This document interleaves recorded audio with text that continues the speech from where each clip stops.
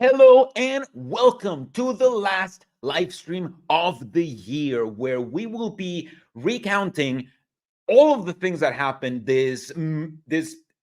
Oh man, I already fucked up. I already know how to describe this year. Let's just introduce the person who's gonna help me with the live stream already, because clearly I can't do this by myself. It is Jake from ft.AltWorldly channel. I say hi, Jake. Hey, what's How would you up? describe the year? Yeah, that's your first task. Yeah, describe my first task is to describe the year. Yeah, how would you describe the year, the Jehovah's Witness year? Would you describe it as Landmark. momentous? It has been Landmark. described as landmark. I just remember Kenneth Cook saying that. We will actually see that clip later today because I prefer that. So today we are going to recap what I consider to be, and we were just talking about this off stream.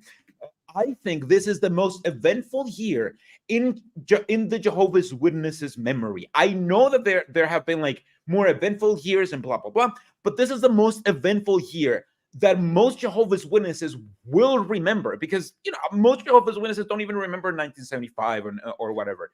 And Yeah. so many things happen in and out of the religion. So before we get started, you were just telling me that you haven't looked at the timeline. Before we looked at the timeline and everything, what do you think of this year? Like before we get into all of it, how would you introduce it? How would you describe it? Because we've both been covering it, but from different angles, I feel. Yeah. You told me that you were going to do like a year in review thing, and I was like, oh yeah, it's been eventful because of like the beard thing and this annual meeting. But then when you think about it, like it's been like every single month has had something kind of crazy happen. And I guess I would describe it as, like you said, in recent memory, it's been a long time since the organization has introduced a lot of changes in quick succession. To go from at the beginning of the year, there's a different governing body at the end of the year. Yeah. And there are doctrines that upend, 100 years of history. That's pretty big. So, in terms of the cult changes, it's big, but it's also a lot of the doctrinal changes are more flip-flopped. It's not new. It's like a shift back to old life, but it is new for people who haven't been in the organization for long. Exactly. And obviously people who have been for a long time forget. They forget stuff from the past. They don't realize that they're getting regurgitated stuff. Yeah, honestly, like when I was putting it together, I've been moving. So this is like not only the last live stream of the year, but the last live stream of this room. This is literally the last room that we're moving. Most of the house is already in the other house. So this is the last thing. I we zoom out the internet because of this. It's an empty house. If we zoom out, like this is the only thing. Yeah. Everything else is in boxes elsewhere. So this is the last live stream. So I've been moving to a different house. So a lot of my week has been spent making a video about what happened in Spain, because it's a huge case, and putting this together, like the year together. And it took like I didn't even finish the video that I thought I was going to finish, because this took a long time, because so many things have happened. So let's start right now. I'll have the slides with the Jehovah's Witness colors for every month. And we'll be reacting to things that happen in the beginning of the year, starting January, the 8th of January. Monumental news shake not just the ex-Jehovah's Witness world, not just Jehovah's Witness world, but the world, because Serena Williams gets baptized. And that is the first big news of the year. That's how we started the year, the 8th of January. We wake up and we see this video of Serena Williams, like this, this like super athletic woman looking person, like this, because it's just a shape in the video. It's not that good that good of a video, but it's like the most athletic person that has ever been baptized, just getting baptized. It's crazy, and you're like, that's her, obviously. So that's how we started the year, and isn't that crazy? What do you think about the Serena Williams thing? Yeah, I did totally forget about that. I'm not, Yes. I don't follow sports. I enjoy watching them when I can, but yeah, like if Peyton Manning joined the Mormons, it would be a big deal. So that it would be like, Yeah. whoa, that's weird. So yeah. Yes, I mean Serena Williams is one of the most influential athletes in the world. It's Oh just yeah. because She's like there the aren't that farmer. many super famous athletes. Yeah, Have you she's heard this? very famous and she's She's like very the farmer, accomplished. outstanding in her field. What? People in chat will get it. I think it's a very old, crusty joke. Anyway, and then immediately, like 10 years later, the 18th of January, we get. Let me present this. The share screen. We get this news. 2 new members of the governing body. The Yeah. 18th, Gage Flegel and Jeffrey Winder get appointed to the governing body. Yeah. Which, as we will see, is apparently like caused a lot of waves in the year, because this is a very big year. So I feel like this is what started the waves. We didn't know at the time, but Yes. yeah, I mean, at the end of the day, the Jehovah's Witness religion just basically believes what the governing body believes. So you add 2 new members and then remove one, and then you're gonna change their religion. That's just what's gonna happen. Yeah, this really was when you have the whole timeline of the year, it's wild how it all works out. That in February Yeah. you have 2 new governing body members. By I don't know when it is, like July or something, Anthony Morris is gone or whenever that is. But I remember at the time thinking, okay, well, so many of the governing body members are really old. They never appoint someone who's like in their 30s, but they're, like Garrett Loesch, very old. I think he's the oldest. Sam Hurd's clearly very old. I thought Sam and Hurd was the oldest. maybe He he just is. looks like the old. It's he either looks him like or he's Loesch. dying already. Like he looks like he's half dead already. I think if you which is like, why. sometimes when I zoom in, I notice their skin decomposing in real time. Yeah, on whereas the Garrett page. Loesch, like he still has hair, So I'm like, he can't That's be that old. true. Like That's maybe, gonna be I don't me. know. I don't know though. Maybe you're right. You and It's me, just the way that he looks to me. when we're 98 years old, we'll look like an old catcher's mitt that's been put in the microwave, but we'll still have perfectly coiffed hair. But I remember thinking like, oh, okay, well, they're bringing in 2 new members because they're probably expecting 2 people to die soon, or I was thinking kind of morbidly like that, and it kind of seems like no, it seems like there's something else going on. Whatever it is I guess would be up to speculation, and I'm sure we'll get to. But yes, this sets the stage for all of the doctrinal changes in the ouster of Anthony Morris for sure. Yeah, definitely. Now, let's skip to February, because Tony Morris did not get removed in July. He got removed the 22nd of February, immediately, pretty much immediately after. What the fuck is wrong with my brain? Delete that from the stream. No. It's just so many things happened. So many things happened. So I have the avoidjw.org article on it. February 22nd, 2023. Let me see if they have the yeah, there you go. This was the announcement. Let me see if I can zoom in. Oh, there you go. It's loading. Sorry, my internet is bad. There you go. This was the announcement. On Wednesday, February 22nd, 2023, it was announced at World Headquarters that Brother Anthony Morris III is no longer serving as a member of the governing body of Jehovah's Witnesses. Also, by the way, thank you so much to Avoid JW, because they were monumental, like putting together all of what happened in the year. Like they did some really amazing coverage. So a lot of this came from their coverage. So thank you so much. And they had like the screenshot, because as we know, this announcement was just there for about a week, and then it just disappeared. And then Tony Morris's video started disappearing slowly. But this is how it started. Immediately a month after the new 2 governing body appointees get appointed, Tony Morris gets kicked out. Yeah. Is there a correlation, Jake? Because that's kind of There I is a mean, correlation objectively. Objectively, two things happened. Two new guys came in.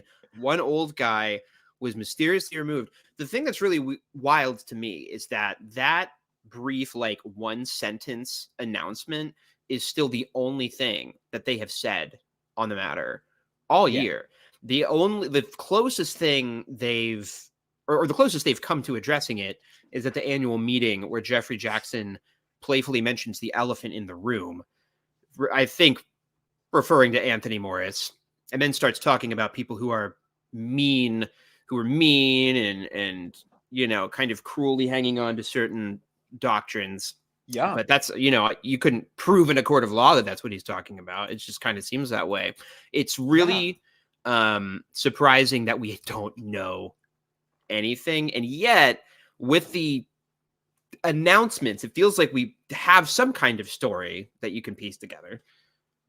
Yeah, honestly, it just, once you put it together, we are going to speculate because Yes. adding two governing body members, removing one governing body member, and then changing a lot in the theology, that kind of seems like it's related. Like, we don't know that it's related, but when you see the year put together, you're like, well, I mean, it cannot be a coincidence either. Like, what is more far-fetched, to believe that there is a link, or to believe that there was all coincidence? Like, that's kind of the case that I want to make. But let's go to the next month, March. I had to put the slide because I forgot what the next month was. So No, that's in good. March, we have unfortunately some really tragic news. On the 10th of March, there was a shooting at Hamburg, in a Jehovah's Witness hall, and that, stop it, I'm already, no, and that was that went around the world. Like, that was a thing that was news all around the world. I think, well, the governing body did mention something like that, something about that, and they even made a whole propaganda The article stuff. about it. Yeah, the article and the videos and stuff that we're not gonna put, because I feel like let's not dignify them. Let's just, these are the victims. This is what we should focus on. So yeah, it was really terrible. Yeah, it definitely made me feel more strongly about the idea of, like, Kingdom Hall crashing. And this is my opinion. Yeah. I made a video about it after this happened because it did make me think about it. Like, the idea of just kind of going into a place of worship and causing a scene of any kind, like it's just going to immediately call to the members' minds stuff like this. They're just going to be terrified that something horrible is going to happen, and I think that's just kind of detrimental to making a positive impact. Like, I think you just have to be conscious of the fact that people are targeting places of worship regardless of how you feel about religion. It's not appropriate, in my opinion, to go into a place of worship and antagonize people. Yeah, exactly. Because that's just the optics thing, Yeah, there's no way that you're gonna go in Kingdom Hall crash, or whatever, and change someone's mind. Like, that's not going to happen. Nobody's going to, like, nobody in the Kingdom Hall is going to be like, oh, you know what? I will listen to these guys. I'll go with these guys. These guys seem friendly, crashing Kingdom Hall. No, that's just it only victimizes the Jehovah's Witnesses there, and it only makes the persecution like, it only validates their own persecution conflicts. So things like these, now that things like these are happening, is even worse to do crashes like that, or to do anything that victimizes any Jehovah's Witness, because that's really, it will only push them further towards the religion, because that's where they feel the safest. Yeah. Well said. Yeah, no, this was just terrible. Again, like, there were seven victims. The organization, the religion, tried to use it for their own propaganda. We're not going to watch that stuff, because this I feel like this is the importance, the important part. So yeah, this was big news. But 9 days later, in this 19th of March, we got good news, because uh, Japanese Senator Umemura, Mizuho Umemura. I'm sorry, I don't I speak think Japanese. that sounded good to me. Oh, let's hope. Professed to the Japanese parliament her experience growing as a Jehovah's Witness, denouncing the issues with CSA, blood, and especially shunning in the country. I haven't been able to look into this that much because all of the articles seem to be like there's very few articles on this, and they all seem to be in Japanese. And the religion, the Jehovah's Witness religion in Japan, is a tiny minority, but it's always good to see that.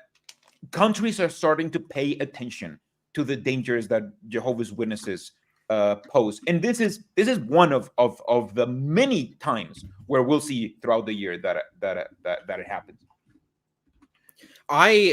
Yeah, for sure. It's easy to forget that just a lot of people grow up Jehovah's Witnesses, leave, they're not like us, and they don't make a whole big thing out of it. This is someone who moved on with their life and got into government. And now they have a platform to kind of raise awareness of this stuff, and that's really cool. Yeah, honestly, like whenever people ask me like why do I make videos, I don't necessarily make videos to like wake people up. I make videos like the main point of my videos is that I hope that maybe somebody in a position of authority may watch one of them and may decide to do something like this person. Not that this person watched HJW Caleb and was like, oh man, I have to go to the Japanese parliament. I'm just saying, like, I hope if I get to inspire somebody like this, that would already be a win, because I will never be able to do this. Like, this is how you change things. So I disagree. Yeah, I think YouTube is the most important thing in the world, and that is true. Any changes that ever happen out of the organization are because of videos that I make, because I'm scaring watch time. Sometimes I make good videos as well. Well, yeah, sure, yeah, and you're making videos too, yeah. And in March 21st, there was a huge anniversary in the Jehovah's Witness religion that you probably didn't even know.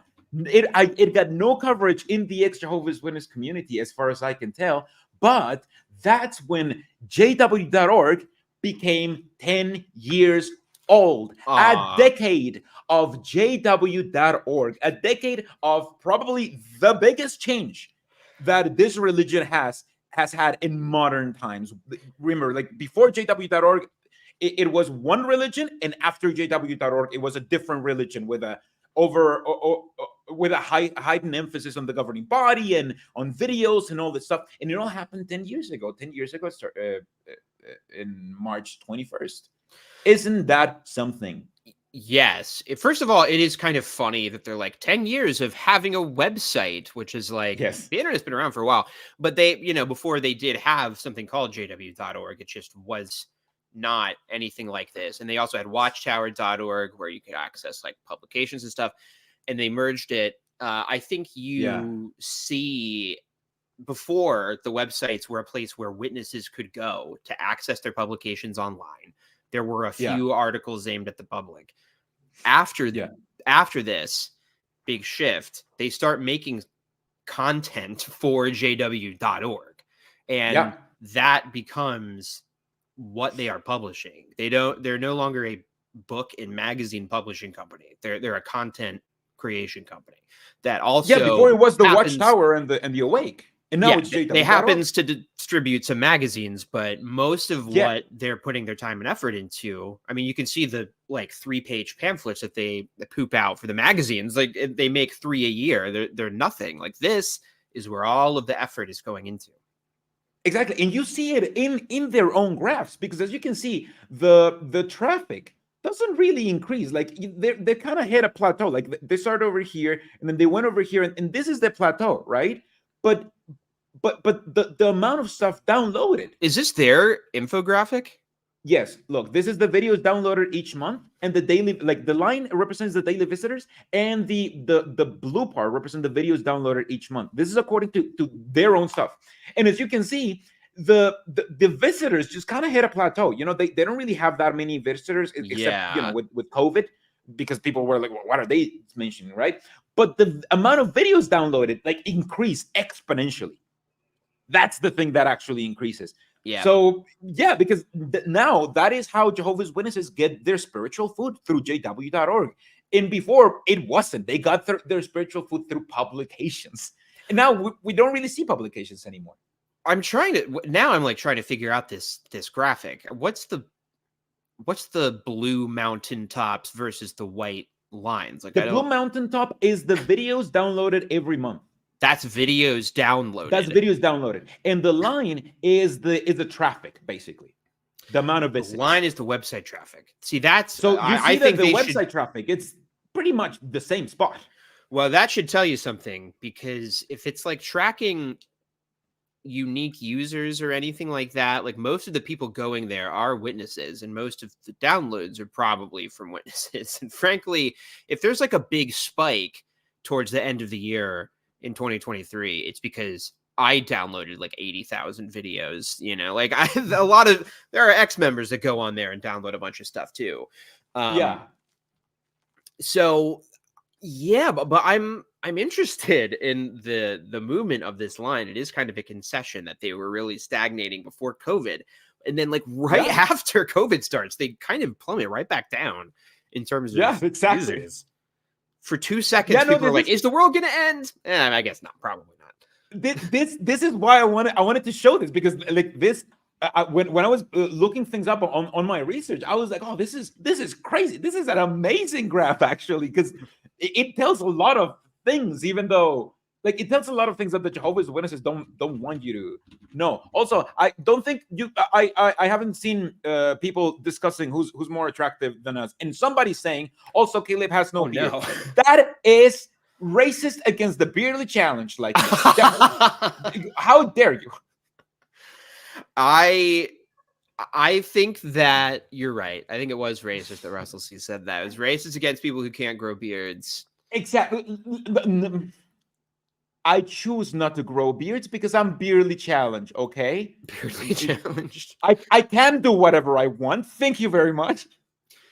Anyway, I'm interested in this. I didn't realize that people were comparing hair, and I'm glad that we are moving on from this, because I just realized, oh no, I want to know. I want to know the data. I want to know for real what people think about our hair. I just learned something about myself, and I don't like it. This is properly bed hair. Like, this is proper bed. I did not take a shower. It's been cold. This is proper bed hair. I try to fix it a little bit. It's proper bed hair. Like it's like it. I didn't make it look like bed hair. It's really bed hair. So I have no faith on my hair right now. Well, my hair is unstyled. It just looks like carpet almost. Like it's not, there's no, it just looks like a solid block of hair. Anyway, let's go. I hope Russell knows that we were kidding. Yeah, it's fine. Obviously, I'm kidding. I'm not, totally but I hope he knows that you were. I'm not kidding on me being jealous of you for being able to grow a beard. And sometimes you even shave. That's just let's move on. It's exercising my privilege. I'm sorry. April, did you know what happened in April? No. What? Tell me. Yeah, was it April Fool's Day? I couldn't find anything. So let's just move on to May. Okay. It's just, I'm sorry. I try to fill it up. Like, no, that's good. That's good. I couldn't find anything that happened. We need slow months.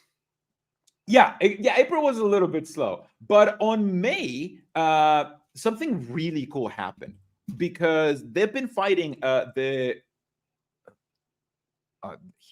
been fighting Norway because they lost their religious status last year, and then in December last year they filed like a conjunction or something, and they got like a permit, like a little bit of extra permit. But then on May they were like, no, actually you don't get anything. You don't have the right to marry couples. You don't have anything, basically. And it kind of just reverted the way that it was. Like, Jehovah's Witnesses were trying to fight to keep their rights for religion and all that stuff, to be able to marry couples and to especially get a stipend from the government. And in May, where it was when the Norway government said, no, we're not going to do that. So what do you think about it? I think it's really monumental. Yeah, it's really what scares the organization about it is that it creates precedent. Exactly. If things like shunning and other practices of theirs can be considered abuse or something that can get you not demonetized. I can't. What's the actual like defunded? That's something that would really affect Watchtower's business model. So Exactly. they're very worried about it. And Norway seems like a cool place. I wish. I always think about. I had Jan Frud Nilsson on my channel, who is one of the activists who is really on the ground making this happen in Norway. Yeah. He's very smart guy and is into politics now himself. And he's like, it was a long road because we had to change the law, and that took a couple of years. Like a couple of years. It takes like generations for laws to pass in the United States. Like it took 200 years to get rid of slavery. You know what I mean? And in my opinion, honestly, it was really good. shunning is just as bad, of course, in every way. No, yeah, of course, it's slavery. It is. No. Anyway, let me just read you this paragraph that kind of sums up what happened. Their lawyers were referring to the lawyers of Jehovah's Witnesses, went to court at the end of last year to request a temporary registration as a religious community so they could continue, because remember, they lost it. Right. So they could continue sealing marriages as long as the final decision about their registration was pending. At the end of December, the judge granted them this request. However, with the new ruling, this benefit is also immediately revoked. So they basically, lost everything, and they fought to gain something back, and they get it for a little bit. They reported on it. Jehovah's Witnesses reported on this when the judge granted them this request in December of the last year. They reported it as a win, but obviously they didn't report that they actually lost everything. So yeah, it's just very good because, as we'll see, something else happened in Europe as well, just as big, if not bigger, than what happened here. So I feel that next year, the religion based on this is probably going to have a harder time in Europe because there's going to be more and more and more precedent. Anyway, yeah. Let me see what's next. And then in the middle of May, around the 10th ish, I think I didn't write down the date. For shame. The shunning videos get removed yes. and immediately get leaked to the public. So let's watch those videos because I hosted them on my channel. No commentary. I'm making money on them. I've made like $20 on them. But it's really good because if they don't want those videos, I'll have them. Thank you very much. So they were like, hey, these are up for grabs. We don't want exactly. them. We need them. Exactly. Those are not even ours. So I'm like, oh, fine. Then it's mine. Then I call them. Yeah. So yeah, they haven't stricken my channel for this or anything. Striken it. They haven't striken my channel for this. Struck. That sounds bad. Yeah, I just think we have a lot of options. Let's just watch it. Oh yeah, this video got removed.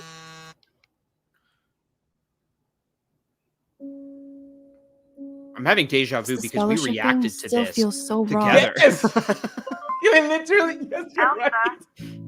please speak up. It's very a little bit faster. So much. I just want to hear your voice.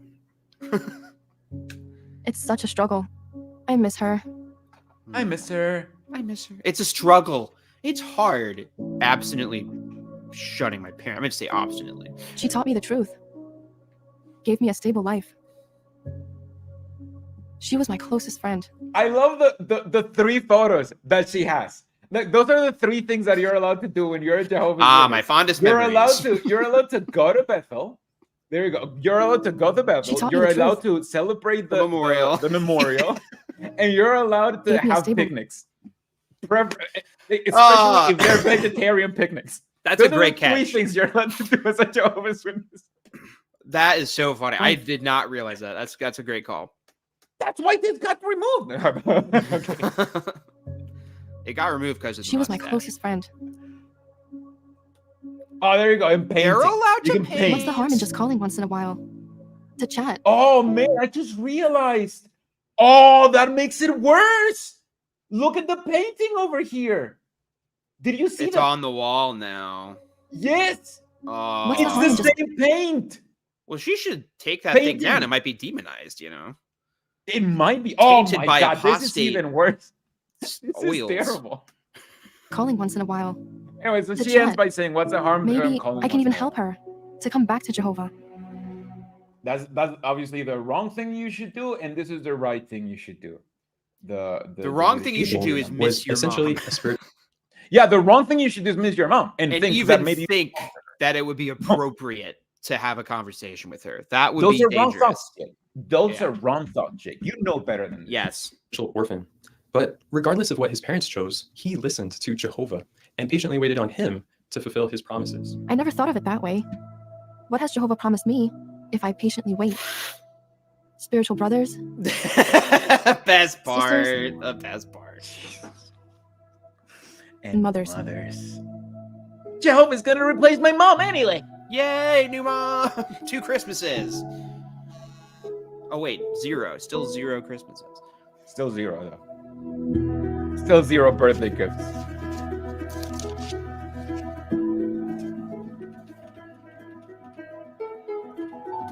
If I focus on what I do have and wait patiently, someday what I don't have may even come back to Jehovah. Love that the mom is what I don't have. Is a what in this case. She's a It's just- material possession that she no longer has. Exactly. Don't look at my recommendations. Don't do it. Yolanda Oh. Dobson's comment. Still laughing at her scoping the meeting for a new mom. Like, potential moms. Yeah, let me see. Potential brothers. Ooh, those are hot, but maybe not sisters. Oh, those are friends, but mother. Oh, she's old enough to be my mom. Yeah, she's gonna be my new mom. Yeah, I it's- gotta say though, now that I'm like shunned, I do this. Sorry, I'm like really ADHD about my hair right now, but I am also scouting for new parental figures, so I do understand the instinct. And I'm interested, if I ever reconnect with my parents to see who their replacement son turned out to be. Yeah, that would be cool. That would be Maybe really you'll cool. I could friends. meet him. Yeah. Maybe like having a you can be friends, or stepbrother. maybe you can beat him. Something. Yeah. Anyway, immediately after the shunning videos get removed, the week after, the 16th of May, we realized why they got removed. Most probably because the Rebecca Barty documentary released on Channel 4, Jehovah's Witnesses and Me, which talks precisely about shunning. And the Jehovah's Witnesses replied by saying Rebecca Barty wasn't even a Jehovah's Witness because she never got baptized, which is just like what you would expect from an abuser. Also, even if she was baptized, they would say she's not a Jehovah's Witness because she isn't. Once you're disfellowshipped, it's like you don't count and never counted, and anything. You were never a real Jehovah's Witness because a true Scotsman would never leave Jehovah's Witnesses. And also, while you're drinking, I have other opinions. Yeah, go ahead. You're done. I just didn't want dead I air. can still smoke. Oh, okay. What is interesting about that whole thing is the sequence of events of this documentary comes out. The next day, they pull this thing from the program, and I think you can find still on the XJW subreddit and Avoid JW the letter that they sent out to the convention committees and stuff of we're pulling this video. I'm not gonna, but I can't. Yes. Yeah. So just if anybody wanted to do homework, I don't know. This is somebody, you're just now waking up and you missed the XJW scene, and it is a scene. Honestly, it's a hip happening scene. This was very easy to miss because look at all of the things that have already happened in the year. We've already had a very eventful year, and we're only in May. So let's move on to July, because in July we had some pretty I don't want to say happy news because this isn't happy news, but Um, sorry, in June. Oh, wait, is it? June. Wait, What are you did hiding did I from us, screw Danny? up? What happened in June? Oh, hold on. Oh no, in June. What? Okay, I'm dying with let me just suspense. share this with you. Let me just share this with you. Please share this with me. This is my script, and as you can tell, I forgot to add June. I forgot to add June. Oh my So god. I'm pretty sure nothing happened. Otherwise, I would have added. So let's just go to July, because in July we had these news that aren't very good, but they're sort of good. Not this. Where is I lost it. Okay, this one where. Oh, I've got one thing I could mention for June. Oh, what happened in June? I just pulled up my channel just to like look at my stream uploads. Yes, because I couldn't find And anything. there was those confidential boxes were sent out in June. That ended up being Oh yeah, the dumb like trick people make disciples brochure thing. And then there was an interesting, I think, like an interesting little wrinkle in the Anthony Morris saga, which is that they released a video on their website. I streamed about it on June 13th. I don't know when it was actually released, probably that week. Anthony Morris's kid gave a talk on one of the meetings. Do you want to share it? It's on jw.org. I went over it in some stream. It's still on there. And it's like, it feels. I forgot about that one. I did too. I totally forgot about that. But it's like they, it felt like a signal, you know, to the Bethelites and to everybody that his son is in good standing. He's given talks and he's not talking about the things. So you don't need to worry about that. That was my take on it. Wasn't there also like this memo or this letter that got leaked about like in Bethel, like they were inviting people to not ask to the sons of like Tony Morris what happened about it. I have this loose memory of it, but I can't remember. There were just people leaking information and talking about it on the Reddit. I know people being like, here's the buzz at Bethel, and it's stop bothering Anthony Morris's sons who are there and asking him like what happened. Yeah, asking him about his dad. But yeah, that's all I remember about that. That's weird because, like, imagine Tony Morris is your dad. Like, literally nobody can ask you about it anymore because otherwise you're like, oh, you want to know what happened? Because you can never, your dad, you know, like you can't answer that. You can't answer that because then you're giving out information that they want to know about their good standing or not. You know, so yeah, no. Well, I don't know. It is weird because he's still a witness, right? Presumably, he's assigned to some kingdom hall that TikTokers can go to and harass people at. So as far as we know, he's a witness. I don't know if you would call it in good standing. I don't know if you could be in good standing if you got kicked off the governing body or were muscled out or stepped aside. But yeah. I mean, I'm pretty sure, if I had to guess, I'm pretty sure he's still an elder. Like, I don't know. I don't know. But if I had to guess, I'm pretty sure they let him keep the elder position. You don't think so? I'm doubtful. I bet. Really? I like this. Can you do a poll or no? Because you're on StreamYard. Yes. No. I'll do it because this is this is gonna take a little bit, but I'll do the poll because this is. I thought you know you were gonna agree with me, but if you don't agree with me, no, I make it a point to disagree with you as an intellectual exercise. No, I don't. That's good. The honest truth is, I think my edible kicked in and I literally forgot what we were talking about. What were we arguing about? What do we disagree on about Anthony Morris? Oh, whether he's an elder. Yes. Yeah, I don't think so. I finally have it. Hold on. Bet I'm doing the poll. I'm doing the poll. Remember, you can donate if you want. While I make the poll, is Anthony Morris still an elder? Question mark. Start poll. All right, we'll see, and we'll get back to it after we go through what happened in July. Let's move to the next day. July, because in July we have the news that are not good news, but it's blah blah blah. The members of Pennsylvania. Over here it Yes. says 5 members of the Jehovah's Witnesses, but we know that there weren't just 5 members. There were 11 or 14 at the end, right? 14 at the end. Jehovah's Witnesses were charged with being CSAs in Pennsylvania. Yeah. And this was big news because everyone was reporting on it. CNN reported it as 5 members. Again, like it was way more than that. But Oh yeah. yeah, like All the major news outlets have reported on it. It's obviously a Yeah. ongoing story, I should say, in the local press in Pennsylvania, but it's a big deal because it's Watchtower's home state, or the state of origin anyway, the Watchtower Bible and Tract Society of Pennsylvania. And it's the result of, victims coming forward and telling their stories and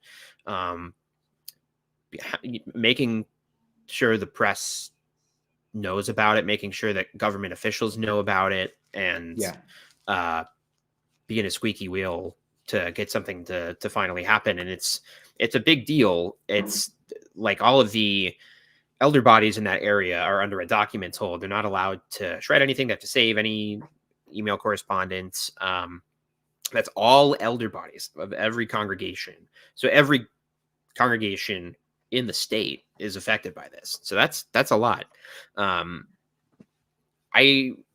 don't know how the population compares to of Pennsylvania compares to all of England and Wales and Australia and all that, but it'll be interesting to see what happens. There's already been several people arrested and more is being uncovered. And this is big news, especially if you put it together again, like with everything that has been happening with different countries learning to identify the Jehovah's Witness as the potentially dangerous and abusive cult that it is, and as a dangerous cult for children.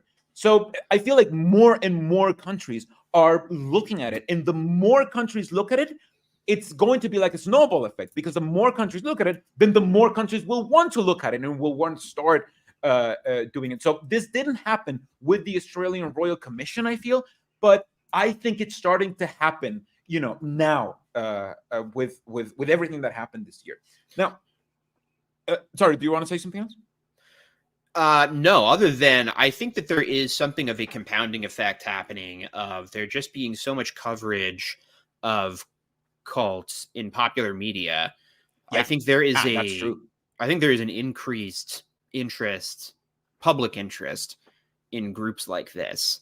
And they still have a lot of media sway, and they still get out a lot of puff pieces that can drown out negative news. But I think there's been a concerted effort by people who are not me, who are much more engaged in practical policymaking stuff, that make it a point to email journalists who publish these puff pieces or who have in the past, and try to make sure that they're aware. And that's something I'm making a spiritual goal for myself in 2024 to try and make sure I do that more on my end. Honestly, this is why I don't I struggle to consider myself an activist, even though some people say they are, and if that's who you feel you are, then, that's fine. But I struggle to consider myself an activist because I'm like, I'm not doing the things that actually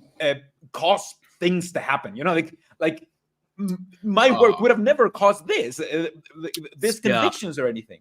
So, I'm stop! just saying, it's just good to know that there's many people out there just doing actual work, like behind the scenes. You don't hear about them. They don't make YouTube videos, but they're making like a lot of changes happen in their religion in multiple countries. So that's it's just really, really, really cool. One last thing on this. And I know you don't while I fire up the joint. This is gonna be good. I know you don't like to get political on your show, and you don't like to be controversial or talk about things that anybody could possibly hate it. disagree with you on. But course not. this is why it is important to vote for candidates who are not in the pockets of churches and evangelical Yes. groups. Candidates who rely on a base of voters who are aligned with Jehovah's Witness beliefs are not going to be likely to want to litigate them. You know, if you have a district attorney who is super conservative or something, you know, they're going to be beholden to a religious fundamentalist base and be perhaps less likely to pursue legal action or pass legislation like they're doing in Washington right now. So I just like to tell people that voting matters, and God bless America. No, I don't know. Yeah, no, obviously, if you vote for people who That's have my like a fundamentalist voting base and who are very like ultra religious, then they won't want to regulate religions like the Jehovah's Witnesses. So, you know, we're not telling you which person to vote for. It's just, Although I as happily a will if general you send me an rule. email. Yeah. Yes, of course. We're not telling you because we don't know your circumstances. We will tell you if you email us like where you're from and what your options are. We will make that decision for you. But If you no, I want mean, as someone a to make your general rule- decisions, we'll do it happily. We love I don't know. I don't know what as this a bit general means. rule, if you want things to happen against the Jehovah's Witness religion, you should be voting for people who are not in the pocket of the churches, because they don't have to be in the pocket of the Jehovah's Witnesses to not want to rock the boat when it comes to religious freedoms, the freedom of not reporting and to hiding abusers. You know, like if you want change to happen, you have to vote for people who don't care if they piss off the religious voters, because those are not their voters. Well, yeah, and that's the thing. I think that people need to, like, that's what politicians are going to think. And so I don't want to say, I don't want to give people the impression that like there are zero like right-wing politicians who are willing to hold churches to account or anything, because that's not true. But yeah, I mean, that's why I didn't say, but they right-wing or anything. No, I just want to say, you know, for myself, because I'm realizing I probably give off that impression. But I think you can still pressure politicians by letting them know. You know, politicians should know Jehovah's Witnesses do not vote. They like, yeah. I don't know how many people are going to be sprinting to their defense. You know, should be an easy win. Yeah, they can piss off Jehovah's Witnesses. If they only piss off Jehovah's Witnesses, they don't lose any votes, like not even a single vote. It's not a problem. But any legislation they pass is going to have wide-reaching effects to other religions, so that's why that's harder to do. But anyway, this investigation is very exciting and obviously much needed. So I'm glad that we talked about it. Anyway, on July, not only did this investigation happen, but the Cultish convention happened. What I define to be in my channel as the Cultish convention. Because it was extremely culty. Now, I set up a collection of clips. I was telling you about this. I was putting together these clips because I wanted to, show them, because this is very culty. I wouldn't be doing this if this was just like any normal convention. I actually didn't do it for any JW broadcasting bit because nothing was as culty as this convention. So I'm only showing you like these clips because they were extremely culty. So let me show you the Cultish convention, and not only the Cultish convention, but the first in-person convention in 3 years, which was also, it would have already been by itself a matter of news. For me, it has been 3 years, 9 months, 1 week, and 3 days since I had the opportunity to attend a regional convention in person. He had that long to prepare, and he still fucked up. I can say that this will be an excellent program for all of us to enjoy. will benefit from over 40 talks, as well as videos, a dramatic Bible reading, and a 2-part feature-length drama. Funny. It can be so easy to size up everybody else's life, except your own. It's been years since I've lost my privileges. Oh, I forgot about this. Wow. I completely Yes! understand the decision. Cucked. I fully support it. Soy energy.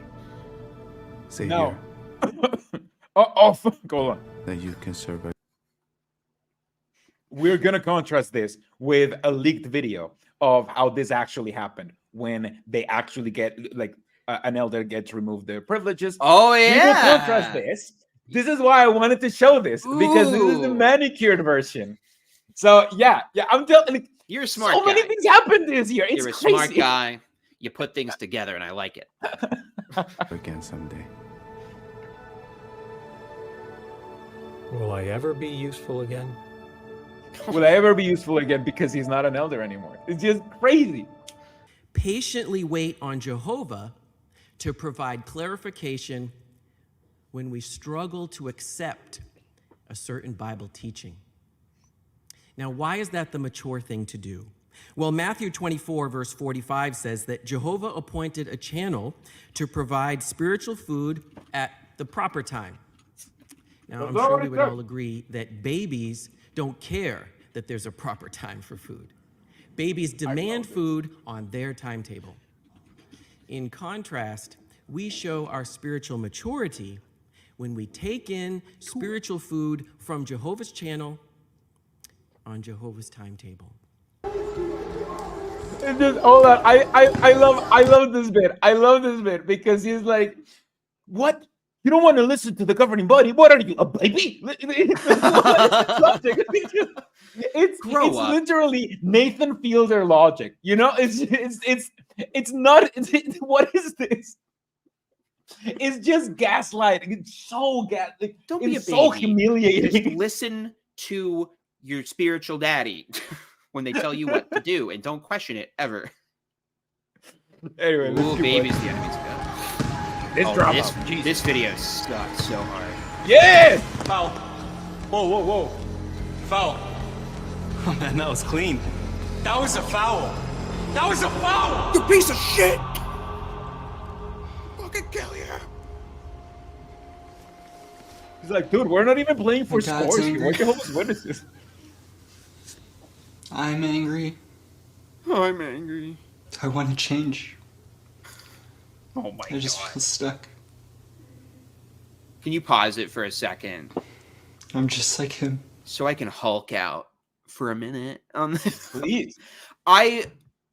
This year, in terms of things that happened to me in my brain, I noticed, I just started noticing how much they focus on being worldly means being angry. And everybody, Yes. almost all of the experiences that they post on the website, like the Bible changes lives, or how I found Jehovah's sweet, sweet lips, or whatever they're called. It's always I got a thumbs up from Christina on that one. It's always like, I was the angriest man in the world. Every day I would beat my son into a bloody pulp, and then I would drag him to the hospital and drink myself to death while he recovered. And then one day, I mean, you were watching. found a tract You were in the watching gutter.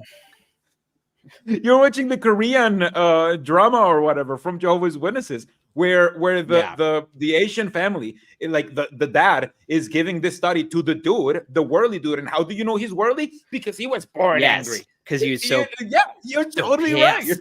You're so pissed. That makes me angry. But see, that's why they do that, I think, is because, of course, when you leave or are disfellowshipped or whatever, it does make you angry. You realize, oh my God, I was conned. I'm in this cult. None of it's true. And now my family's been taken away from you. Like, anger is a reasonable reaction, but they want to inoculate members from being angry at the leadership. So they're just like, anger, very bad. That's something that bad people did before they became witnesses. Even Yeah, though only worldly people are allowed to get angry, especially at the religion. Rindala in chat says, "TBH, I am pissed at existence," and I agree. I agree. Truer words, bold words. Those. I'm really sorry, Ben. I'm really sorry, Ben. But you don't have to be like him. He's Chad Bethelite. You can choose who you're going to be. That was amazing. Oh, God damn it. Each time you lose your temper, look at this article. Write down what happened. Who is that, my mom? How you could have reacted better, and why. Just the most basic form of therapy, along with some Bible verses that says, "Don't be angry." Advice that you can find Wait anywhere. before reacting. Anywhere. Yes. Take a deep breath. Like these facts, you should look them up on Google. Bible Put away wrath. Is good. I love Jehovah. Proverbs 16:32. The one slow to anger is better than a mighty man. Slow to anger. It says so in the Bible. Slow to anger. I don't know. Is God slow to anger? God's allowed to kill. He gets up and is like, "No problem, friend." Yes. I'm not mad. I liked being knocked down.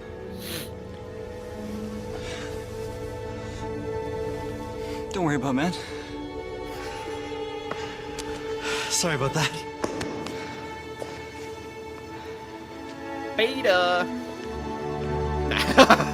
He's not beta because look at what happens. You really kept your cool out there.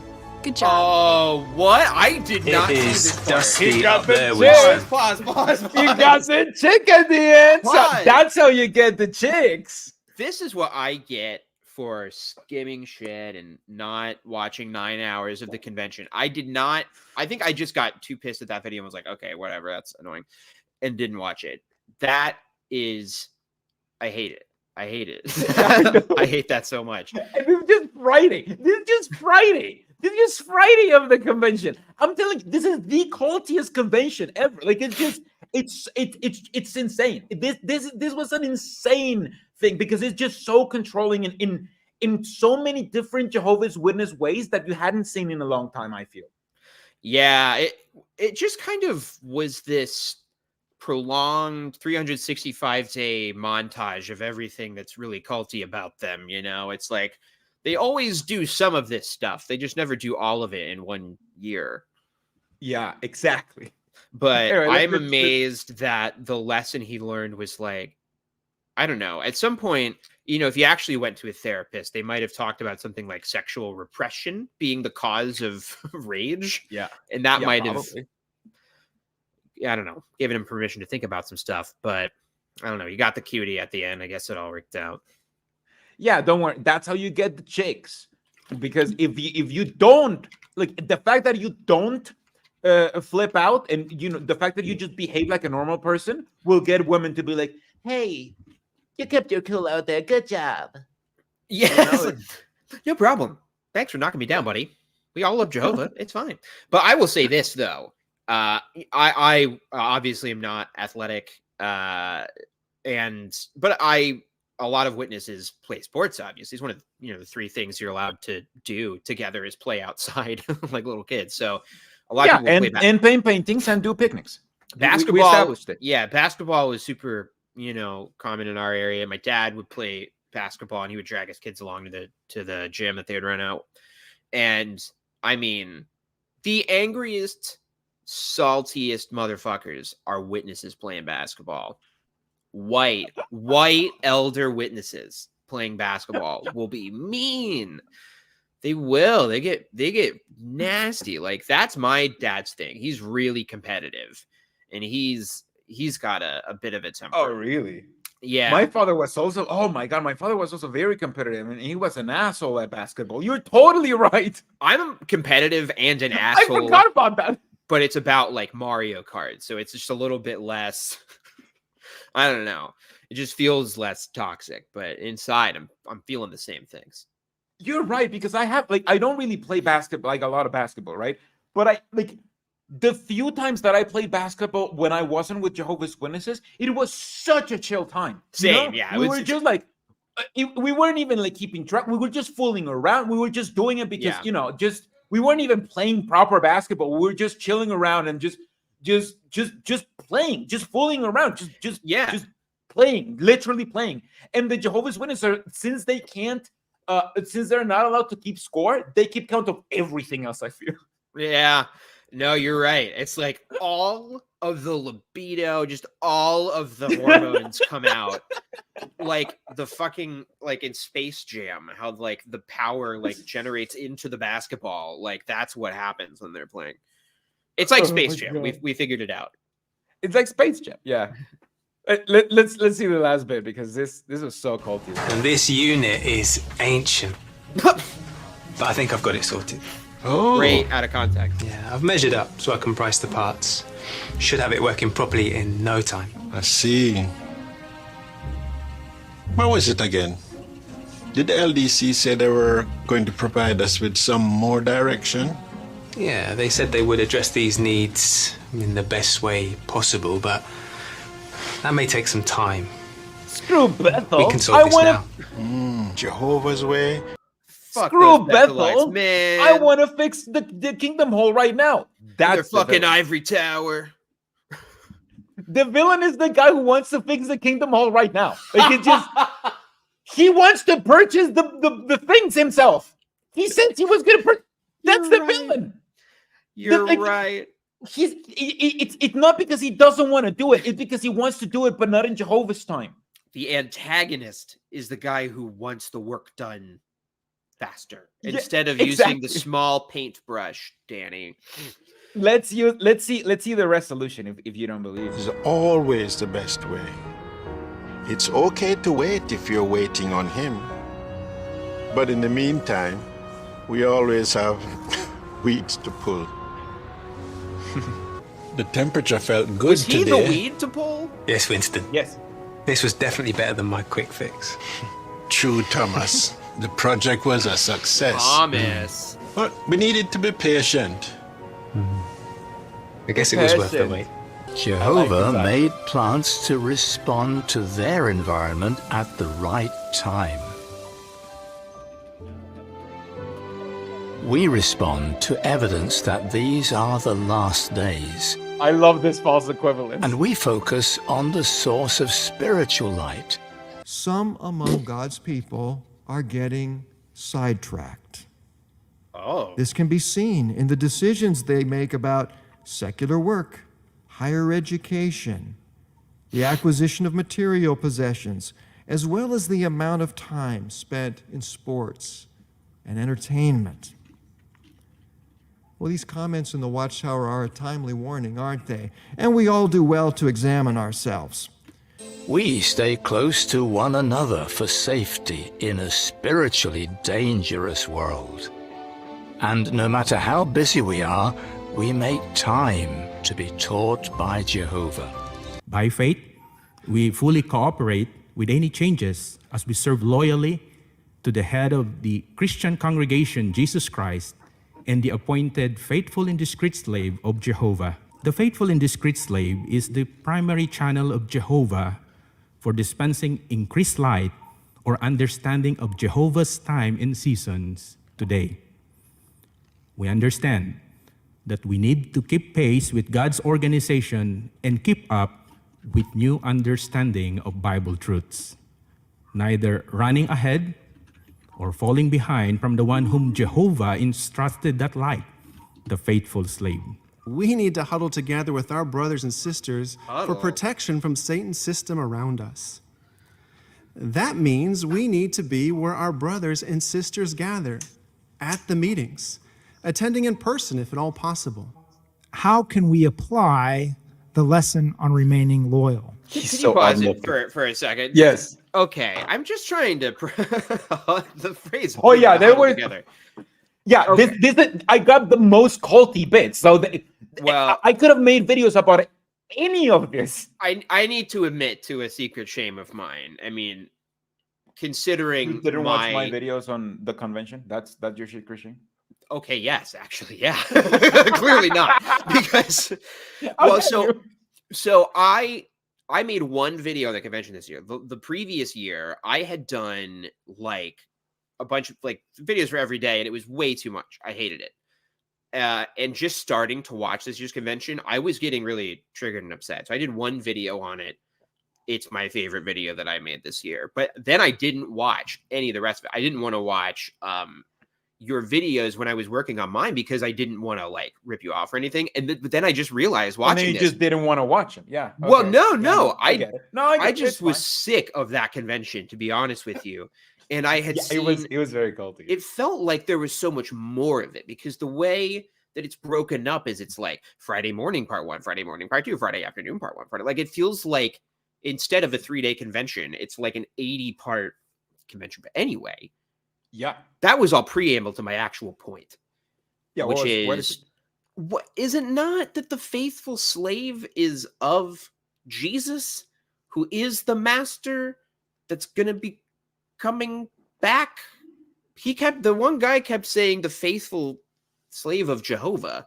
He said it multiple times. It's just weird. I don't understand how they decide when Jesus is the head of the congregation, but like, what does that even matter if Jehovah's over him? Isn't that just like talking about the assistant to the regional manager all the time? No, it's like when you work at like a job, like a family-owned business, right? And the son is like the supervisor, but ends up like, doing pretty much like the same work that you do, but he's a supervisor because he's the son, Yeah. So the boss. I think that's the whole point with Jehovah's Witnesses. Yeah. Like they're like, oh, you work for Jesus, but you really work for Jehovah. Like it's just, Jesus works for God. There, but the owner is the dad. Like the son's just there. I like it. Okay, I just wanted to point that out. I just don't think I had ever. Jesus heard is Dwight. Jesus is Dwight. That is what we're saying. Yes. Yeah. Okay. Anyway, I want to see more of Gage Fliegel's shiny head. Christina was pointing out his shiny head. I have a shiny head right now. He always sounds so weird. Like he always looks and sounds so weird. He's always like, well, we're here gathered, aren't we? And it's just it's so robotic. It's so weird. When I did the obedience. What when you did the what? No, not important. I was going to talk about myself and my videos more like a cringe lord. Okay, let's play. In one word, obedience. Obey the faithful slave and those appointed to represent that slave, including elders in the congregation. Well, if we want to please Jehovah God and Christ, we need to be sheep-like, humble, loyal, willing to be led by the shepherd. And that is the Friday. That's a Friday only. That's the Friday only. That fucking sucks. See, you see what I mean? You see what I mean?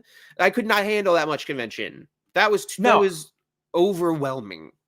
This Saturday, like for the rest of the clips, I realized that I could just make them 25% faster, and they actually improve them. So we won't have to, we won't endure the Jehovah's Witness cadence as much. But what do you think so far about the Friday alone? Because a lot of people forget about the Friday. Do you have more for each of the days? Of course. Of course, we're gonna go through Saturday and Sunday. You're mad. This was the cultiest convention ever. This was extremely culty. Well, yeah. I mean, that's why I really could only handle like one section of it. It really is wild. The amount of times a governing body member will just be giving a talk, essentially talking about themselves in the third person. They'll talk about so we need to serve the faithful slave. Gage Fliegel is the faithful slave. He's just saying, you guys out there need to listen to the shit that me and my friends are saying. We're in charge, okay? But he can't say that. So he's just like, we just all need to follow this thing that I keep hearing about called the faithful slave. Jehovah's trusting them. I don't know. I just show up to Bethel every morning. Like, what? It's just weird. It's weird how they're able to have this separation. But, yeah. Yeah, he's only the faithful slave. It feels like he's only the faithful slave whenever they're doing their meetings on Wednesday. Like that's the only time where they're the faithful slave, Yeah. But whenever they're outside, oh, we have to obey the faithful slave. They activate faithful slave mode, and then they deactivate faithful slave mode when they walk out of that little round table they're at.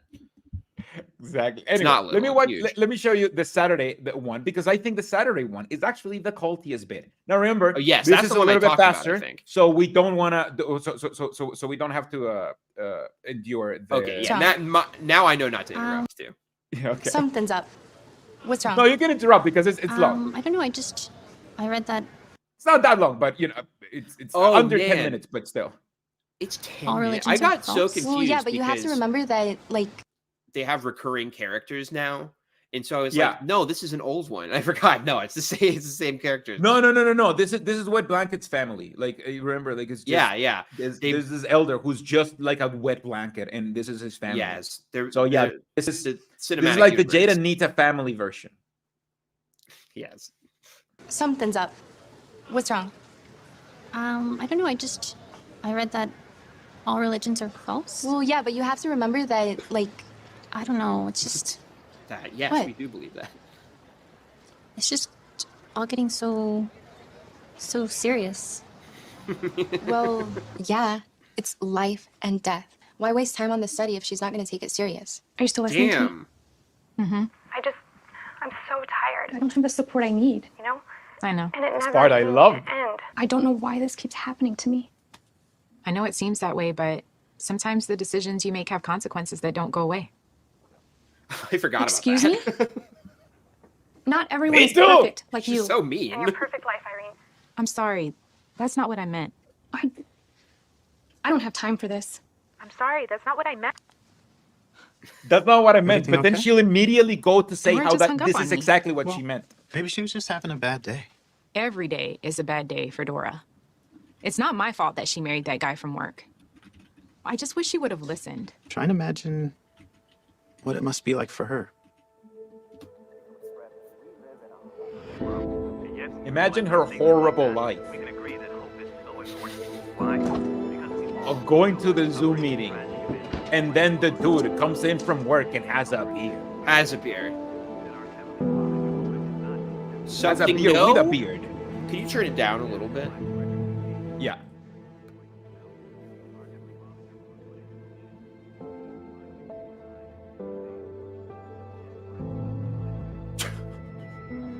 And look what she does. Look what she does in shame. Oh no! And all Holy And now, hold on. It's hilarious. It's hilarious because this is what she does in shame, because she has an unbeliever partner, right? Yes. But this isn't really what happened. This is what Irene is imagining she's going through. This didn't really happen. Whoa, yeah. Her husband was like, picture what her life must be. So she's just picturing what it must be. Like this is fake even in the drama. Wow. Like this is doubly so fake. Like it's insane. That is a 10 out of 10 observation. That's so great. That's really interesting. It's almost an admission that this shit's like a self-fulfilling prophecy and that it's not real. It's like, well, yes, that is an accurate representation of what witnesses imagine a mixed faith relationship to be like. But I mean, what's wrong with it? The Nothing. dude is like, hey, what's up? You're attending your meeting? All right, I'll just be over here, just minding my own business, having a beer because I came back from work. You know, my wife does her church group on Wednesdays, so I usually, that's my time. I usually just take my time off, just smile to her, and just have a beer. There's nothing wrong with it, except Jehovah's Witnesses. Obviously, that's shameful for Jehovah's Witnesses. Imagine Anyway, referring to your brother-in-law as that guy from work. Irene is a bitch in all religion. I'm just enjoying that comment. That guy from work. Irene is a bitch. Anyway, we will see more of Irene. Let's keep Irene is the mom, right? Yeah, Irene is the mom. Irene. The hot mom that married the wet blanket of an elder of a man who is obviously, can do no wrong. If we're allowed to say that, yes, I'm rooting for her because she's attractive, but she seems so mean. So mean. Yeah, but that's why you're rooting for her, because you're like, oh, what if she's mean to me, right? That's true. I do like people who are mean to me and don't like me. That's an unfortunately true thing. This guy looks old. That is my fetish as well. Like people who don't like me, which unfortunately, like I'm attracted to a lot of people. Find ourselves sinning in some small way, perhaps thinking some bad thoughts or saying unkind or harsh nice catch. Things. This 2-month school is designed to train experienced pioneers who are willing to serve wherever they're needed. You know And this while clip. many You have know, eagerly you reached love out this for clip. opportunity. Others hold back. Why? Some might reason, I'm content where I am. I have a good job that supports my pioneering. Is that what I'm I sound needed in like? the congregation. I could be sent anywhere. I hate moving. I'm not smart enough. I swap shifts so I can take mom on Wednesday. You Please, owe me, please. Little Miss Righteous. That you could make such a good YouTube poop out of that. You have a clip of him saying, "I'm not smart enough." Honestly, I have, but XJW Panda Tower has already used that clip like so many times in Oh, good good. jokes that It's I'm so like, oh, good. people. Like, It's so yeah, good. like it's just I don't want to just copy what he's doing because he's already done like very good jokes with it. So That's yeah, another it's just- crime I have to admit. I have not seen that clip before. It's pretty good. It's a really good. It is really good. I'm not smart enough. I'm not smart. It's hilarious. I must have seen it, but I with just with the face at the end. You know what's funny though is I think like I must have seen that at some point, but maybe it's just JW brain where like, wait, what was the talk about earlier today? I know I sat through and took notes, but none of it sunk in. Yeah, That's my excuse. That is literally the hardest part of reacting to like Jehovah's Witness propaganda. That my Jehovah's Witness brain just kicks in, like my ADHD kicks in, and it's like, oh, Yeah. we're listening to Jehovah's Witness stuff. Time to wonder. Time to not pay listen attention. to this. Time to pay attention to. Time to find literally anything else that's more interesting because that's how I cope with being at the meetings for over 20 years. Yes, so this it's hard is for me to why pay attention. this is why like my streams are a mess and why I do feel bad. I feel like I'm forcing you to pause every 2 seconds. I'm bringing No, it's my fine. take too long energy. Let's keep watching Irene because as we said, Irene, she's our very favorite. pretty. We love her. Yes. Maybe she would study.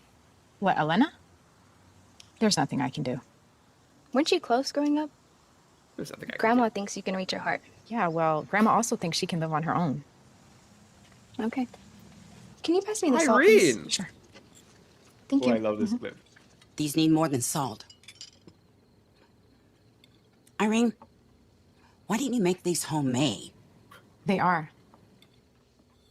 Who's that? Just a doctor from work. Wow, he's persistent. He's persistent? Wait, is he interested in you? I guess. When were you going to tell me about this? There's nothing to tell. You told him no, right? I haven't. I don't. Wait, you haven't told him no? No, not yet. I've taught you better than that. You know you have to be firm from the start. It's not that simple. It is that simple, and you need to do it now. Mom, it's not time to take your pills. Mom, He apologizes it's not after, time. but I mean, I want to take my pills. It's not time. that is exactly how it happened. What happens in a Jehovah's Witness family? Oh yeah, I mean that right there. I'm glad I didn't watch this at the time because like that the way that the dad went from like I'm a nice Jehovah's Witness dad to you need to do that right now, like that's how my dad was, and that is like that ability to just be like this is fucking life and death right now. That's really scary. But can you? Yeah, he goes from being the wettest blanket in literally like the whole drama and the past drama to being the be driest like, blanket of woo, all. you know, like yeah, it just turns on. It's insane. You're like, oh wow, I didn't even know that you had that side in you, and you bring that side because your daughter is being texted by a man. Like what the hell? Like, what the nothing has daughter was happened. saying makes sense. Like obviously you don't owe your parents an explanation of like who is fucking texting you. Like what? She's an adult with a job. She Exactly. works with a doctor apparently. Like she is clearly fine. this is no this was part of the drama. Like you see the guy before, like he's a doctor, or he's working at the hospital, Okay. like her, and he invites her to dinner, and she's like, oh no, thank you, I have plans. So that, but he's like, oh, okay, then next time. Like he's not even pushy or whatever. He's just friendly and a little bit flirty. Yeah. But obviously that's too much for a Jehovah's Witness. Yeah. Can you rewind it just 2 seconds so I can hear her say, take your pills again or whatever? It was very funny. This Oh, one? yeah, just before this. Yeah. Simple, and you need to do it now. Mom, it's not time to take your pills. Mom, it's not time. I want to take my pills. It's not time. I want to take my pills. Mom, I stop. want to take my pills. I want to take my pills. I want to take my pills. Do you know how long it takes me to do this? You dumb bitch. Look what you've done. I'm not taking those dirty pills. Mom, this is why do you have to make everything so hard? I'm sorry. Maybe it won't be so difficult for you when I'm gone. Well, as servants of Jehovah, we can truly say that we are the happiest people on the face of this earth. That's why I put that clip over there. That's why I put that clip over there. Because you just saw how unhappy being in a Jehovah's Witness family really is. And immediately after, he's like, we're the happiest people. No. That's, that was the bad example, which means no true witness would ever act like that. Exactly.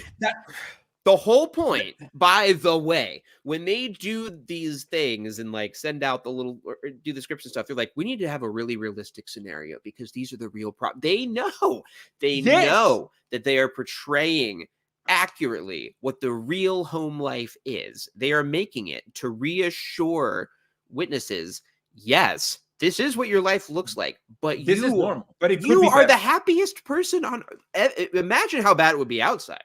Because you're in the happiest religion on earth. You're the happiest person out there. Imagine how unhappy everyone else must be. Because if you're the happiest one, Jesus Christ, like people are just depressed all over. I'm not going to take I'm not taking those dirty pills. You damn dirty pill. Let's go Instead of waiting for a suitable marriage made in the truth, there arises because an this was also opportunity super right now to enter into Algae a looks like relationship, or shit. develop a relationship with an unbeliever. Beware, because marrying an unbeliever can cause and produce a lifetime of heartache. But you know something? So can marrying a believer. Marrying a believer, if that believer is spiritually immature or emotionally immature. Now, would that be a sin? Would it be a sin to marry a believer who is just not spiritually stable? It wouldn't be a sin, no. But my, would it ever be unwise? A haughty spirit may cause us to think, what's the harm in calling once in a while to chat? Maybe I can help the person come back to Jehovah. Oh, this is the bit where this the guy. clips used to be.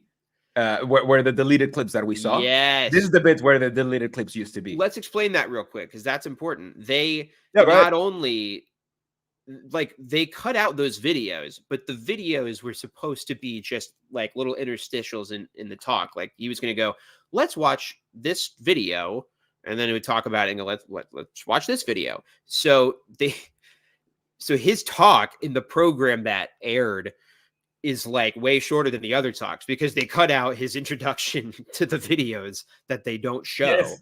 So his talk is like incongruous. It's like 10 to the minutes one. shorter. Yeah, it's like the one talk in the symposium that doesn't have any videos. If they strike your channel, the videos are canon. That's so true. I love that. Exactly. Yeah, no, but that's It's true. like, oh my God, they admit it. And not only is it the only one, the shortest one, but it's the only one. It not only is it the shortest one and the only one that doesn't have videos, but it's the only talk in the whole convention that has cuts. So Yeah. it's very easy. Very easy. Very obvious edit. Yeah. Exactly. Like it's just you can see it over there. Like it's a little bit like we could. He's just talking and then there's a cut. So there's never a cut. There's never a cut. People fumble their words all the fucking time. There's never a cut.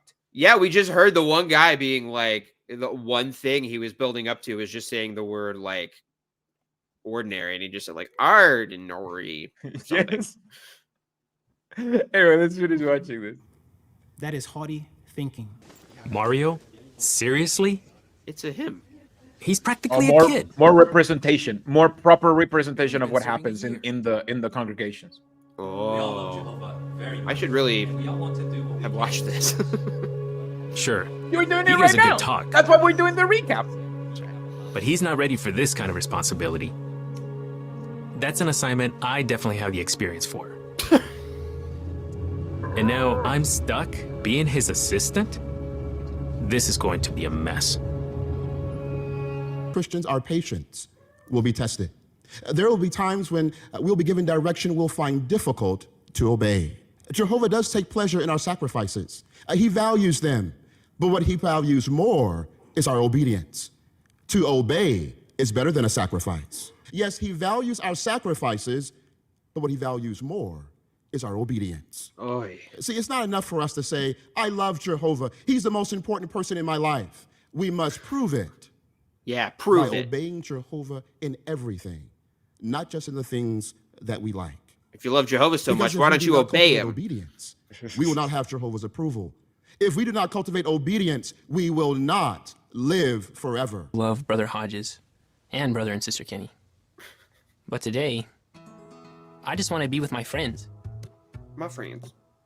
Besides, it's Marino. Brother Madison just got here, and he'd love to be in this group. It's fine.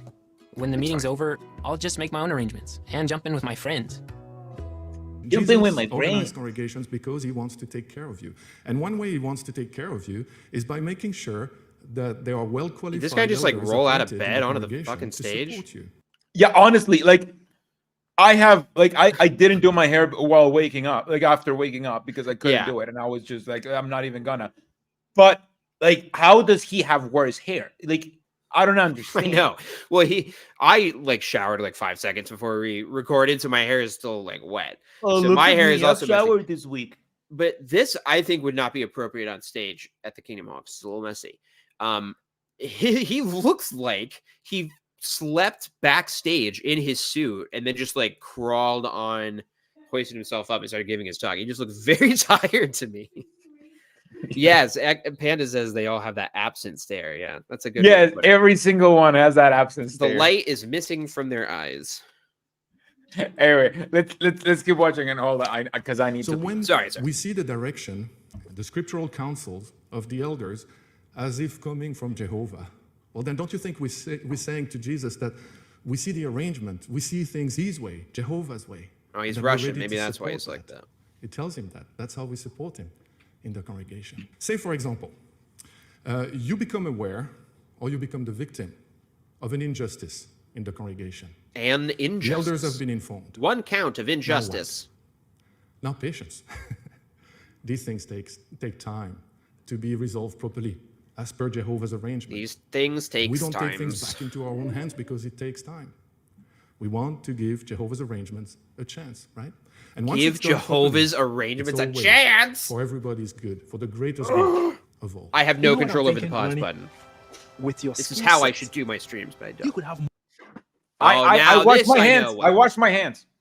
What? This I know well. What did you pee on him? Didn't you like that bit? Didn't you like that bit where he's like, if you were the victim of abuse, shut the fuck up. Yeah, I did. I loved it. Yeah, keep calm and carry on if you are a victim of abuse. Now this drama I know very well. Oh yeah, let's watch this. I synthesized like this drama in like the fewest clips I could. Yeah, it's culty. I had to cut the African music, which I was very upset about. Like just if you want to if you don't want to watch it, at least watch the drama for the African music. It's and so good. I have literally had that opening song from this drama stuck in our head all year. That like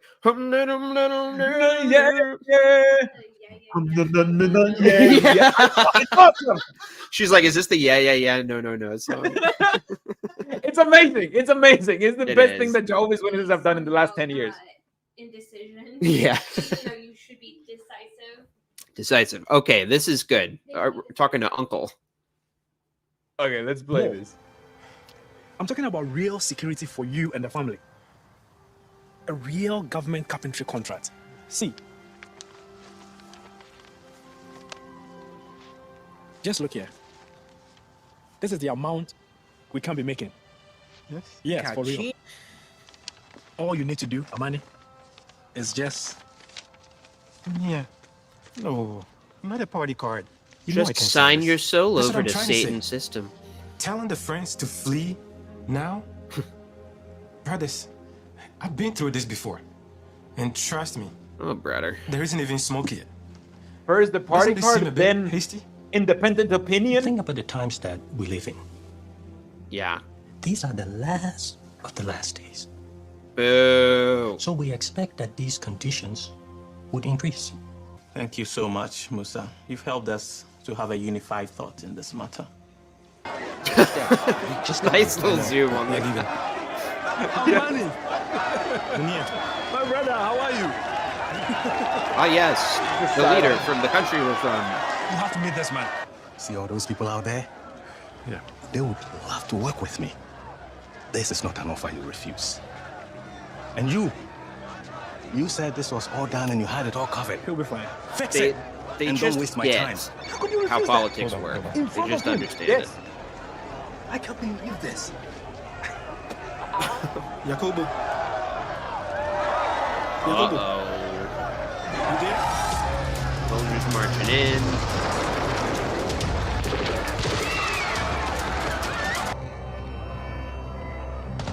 Oh, yeah, yeah.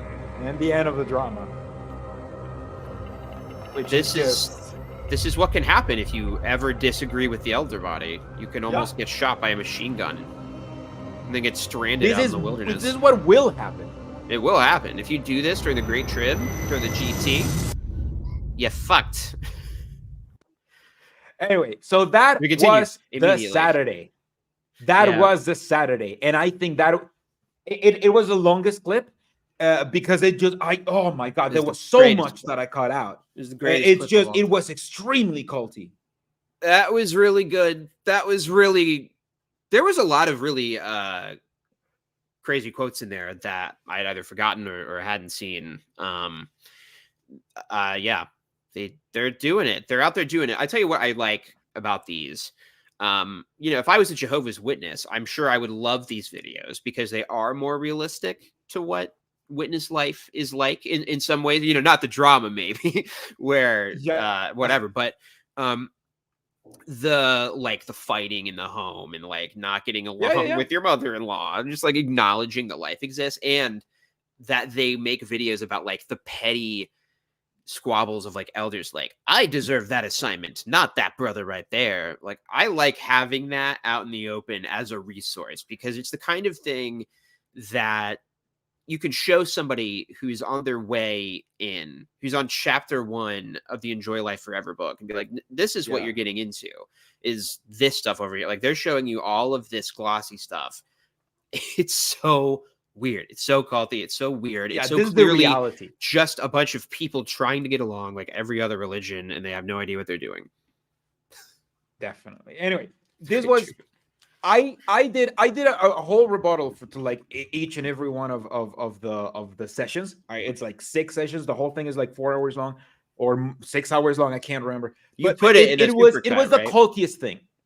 Sorry, you put it in a big supercut, right? Yeah, I put it in a big supercut, Yeah. and we will be watching every single bit right. No, Yes, no, but, it's starting now. No, but it really was the cultiest convention. I believe that it was a cultiest convention. If you think that there was a cultier convention out there in recent memory, please go ahead and disagree with me because I don't think so. I think it's I know hard. there was one with the Shunning. I know there was one with the Shunning. Hang on one but second. this was way more culty. This has nothing to do with that. We What? forgot that you started a poll where I annihilated you, and it was hilarious how wrong you were. And I'm right. Let's check the poll. I think it was 100% in in the favor poll. of me. And how? Give me the results. Yeah, because I didn't look at the results. It's 69. Did it end up being 69? Is Anthony Morris still an elder? No, 72%. Yes, 27%. Dang it. Yeah. I guess he's not an elder anymore, according to general consensus.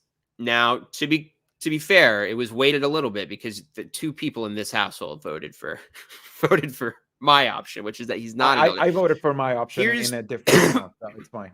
I know that because of me, this is taking longer, but I still demand that we stop and acknowledge that I was right and you're wrong. No, I wanted to say, like, it is it's interesting to think about because, like, I was reading chat when people were talking about whether he'd be an elder. I haven't been able to keep up with chat as much because I kind of, my gut instinct was that he wouldn't be, but I was seeing people say things that made sense, like how could they explain to the local elder body that this man does not qualify to be a governing body member, but he does qualify to be an elder? Like, it's just going to raise too many questions. Like, I think they just want to assign him to a congregation, put him in a house. If he never shows up to a meeting again, they could give a shit. You know, he probably signed NDAs and stuff, but I think that it, like, technically you would think that the only real qualifications of being a governing body member are you meet all the elder qualifications and you're anointed. So I don't know. I think it would just raise too many questions if he stayed an elder.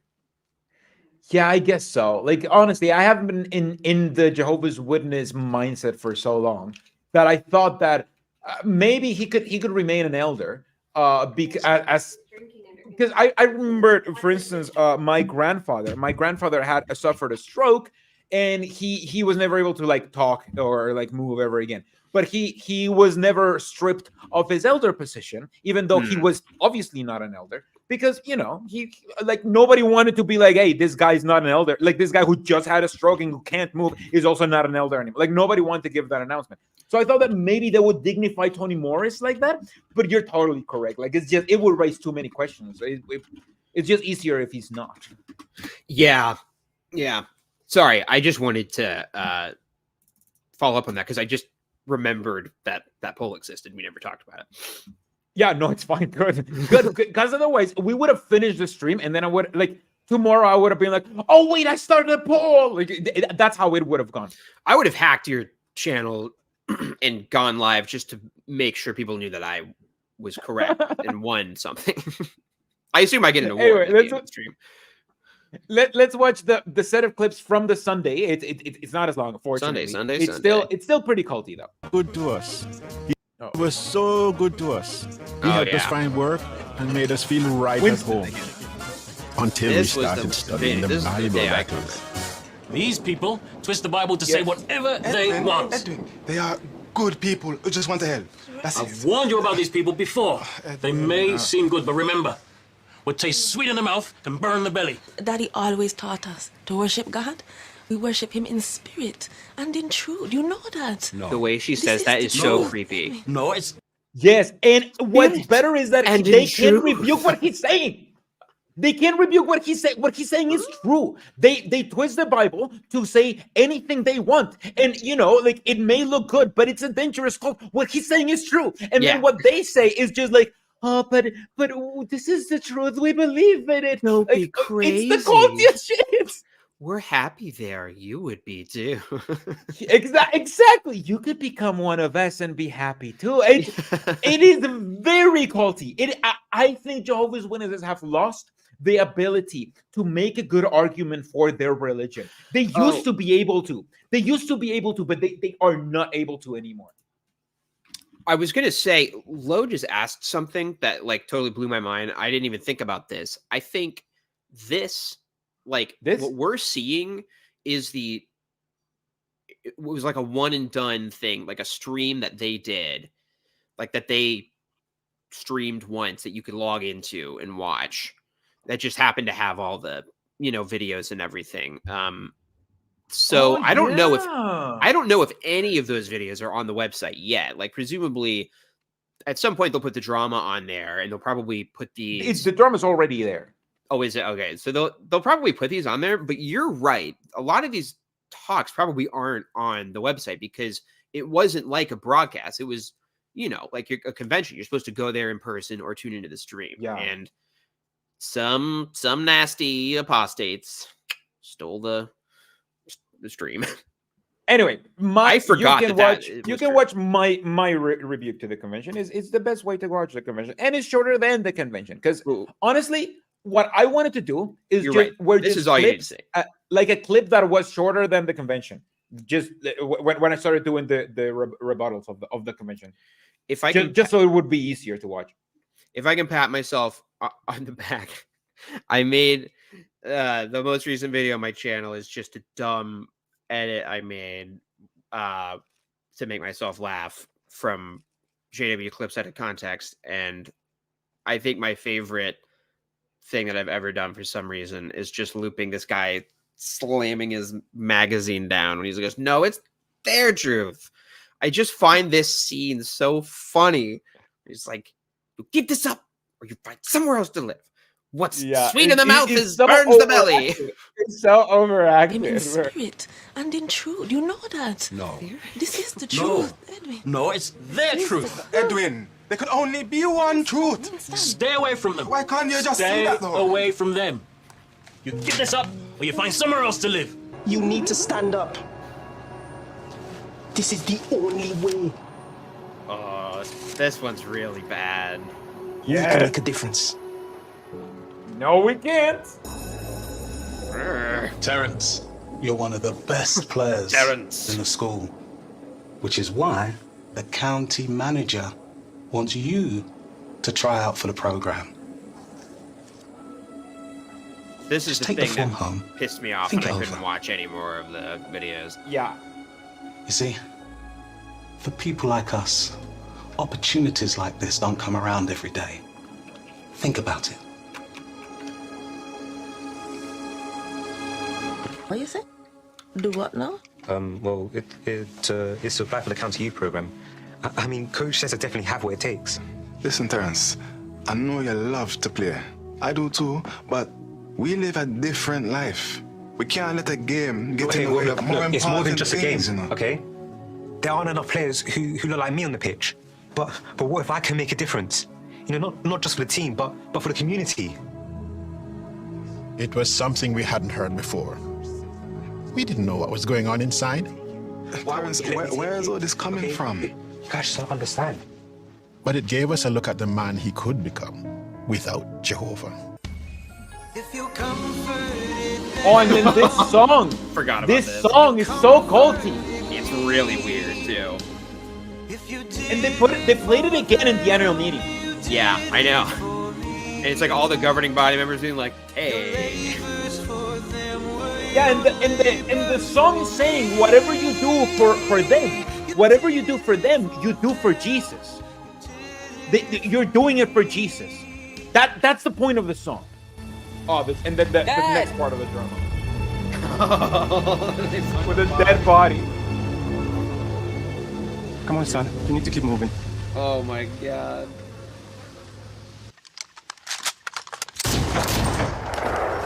This was like decent filmmaking, I thought. It was like very tense. Yeah, honestly, this was pretty good. Like I like- thought the people, the branch in South Africa did a really good job in this. I'm pretty sure this is the branch in South Africa, right? Like the acting is obviously terrible, but like everything that they shot looks amazing. I think the acting is not as terrible as your usual Jehovah's Witness stuff. Like I would argue, like it is Yeah, it terrible, might be- but I would argue not as terrible. It might be like the writing or the story that's just so silly. I know. Yes. Just stay still. Good news. Things have settled back home. Stay still, dirty peel. Dunya, not right now. Come on, keep up. I was speaking with a group up there. They have enough supplies. We can join them and go back. Dunya, do you see Sifa? Oh, pause it. We need to get Sifa help. We need to get her in the camp as Yep. I might have you do a zoom and enhance. Not really, but okay. So, how do we know that his brother is bad in this drama? It's because he has a beard. He is coded as worldly because, or maybe it's his uncle. He has like a weird relationship with this guy. I don't remember. But it's, That's the uncle. Like that. Yeah, that's the brother. You know, the uncle of the family. The this brother is the of this brother guy who's the, worldly. The older guy is the uncle. Okay. So yeah, The older guy is the grandpa. Oh, okay. There's Yeah. some kind of uncle or cousin or something. There's a family. That's what I'm gonna say. Yeah, But there's yes. the beard is used to signify that somebody is not spiritual. In this year's big drama, this was not part of the plan. You're wrong. Because no. They've been I in know the what you're wrong gonna for a say. while, and everyone has been growing their beards. In fact, this is the very first time that I think Jehovah's Witnesses have been allowed to grow their beards for a drama, because they grow like a really small but really very realistic beard. No. I still think the clear message is when they get to wherever they're going, some kind of refugee area. That is true. They do shave. I have that shot. So yeah. They have a big money shot of him shaving. Like, yes, finally, I am once again a servant of God. So like, this is what's so weird about the beard thing, is it doesn't even seem like it was planned. No, yeah, of course. One day they were just like, stop everything. Like a year ago, like at the earliest, that was a different governing body back then. Toni Morris was still in the governing body when they filmed this. They didn't have Gage Flegel and Jeffrey Winter when they filmed. Like, it was a different governing body. That's true. This video was this religion approved, moves very slowly. That's so wild. Yeah, that's so wild. I just had not even thought about the fact that like the beard trope was so prevalent that it was in like stuff that they just put out and will probably still be releasing for a little while because they're backlog on stuff they filmed. That's obviously. Like I skipped some dramas of worldly people and shit, but because I'm like, whatever. Like, it's not that culty. But yeah, all of the worldly people obviously still have beards. I think they're gonna move more towards having like fake tattoos and like wearing some like streetwear, like that's it. Yeah, I'll keep my thoughts to myself because I could go off and talk for 20 minutes. Anyway, let's finish watching. Yeah, as soon as possible. We don't have to live in the camp. See, he's still growing a beard. Both of them. Yeah, the house, the land, even the job. They're on the run. Shh. Kids! It's like he was telling me to be quiet. By the way, I just want to point out, this is 25% faster. The past one was also 25% faster. You wouldn't even be able to tell. That's how slow Jehovah's Witness propaganda is. This is 25% faster. 25% faster. Like that's significant in most other videos. Oh yeah. Like if I listen to an audiobook at like 1.25 speed, it's like, what the fuck? It sounds crazy. Like, no. This is so slow that it's normal. That 25% faster is pretty normal. Like, it's even a little bit slow. Oh, amazing.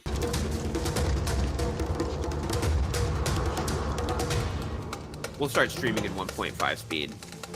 Yes. We'll activate 1.5 mode.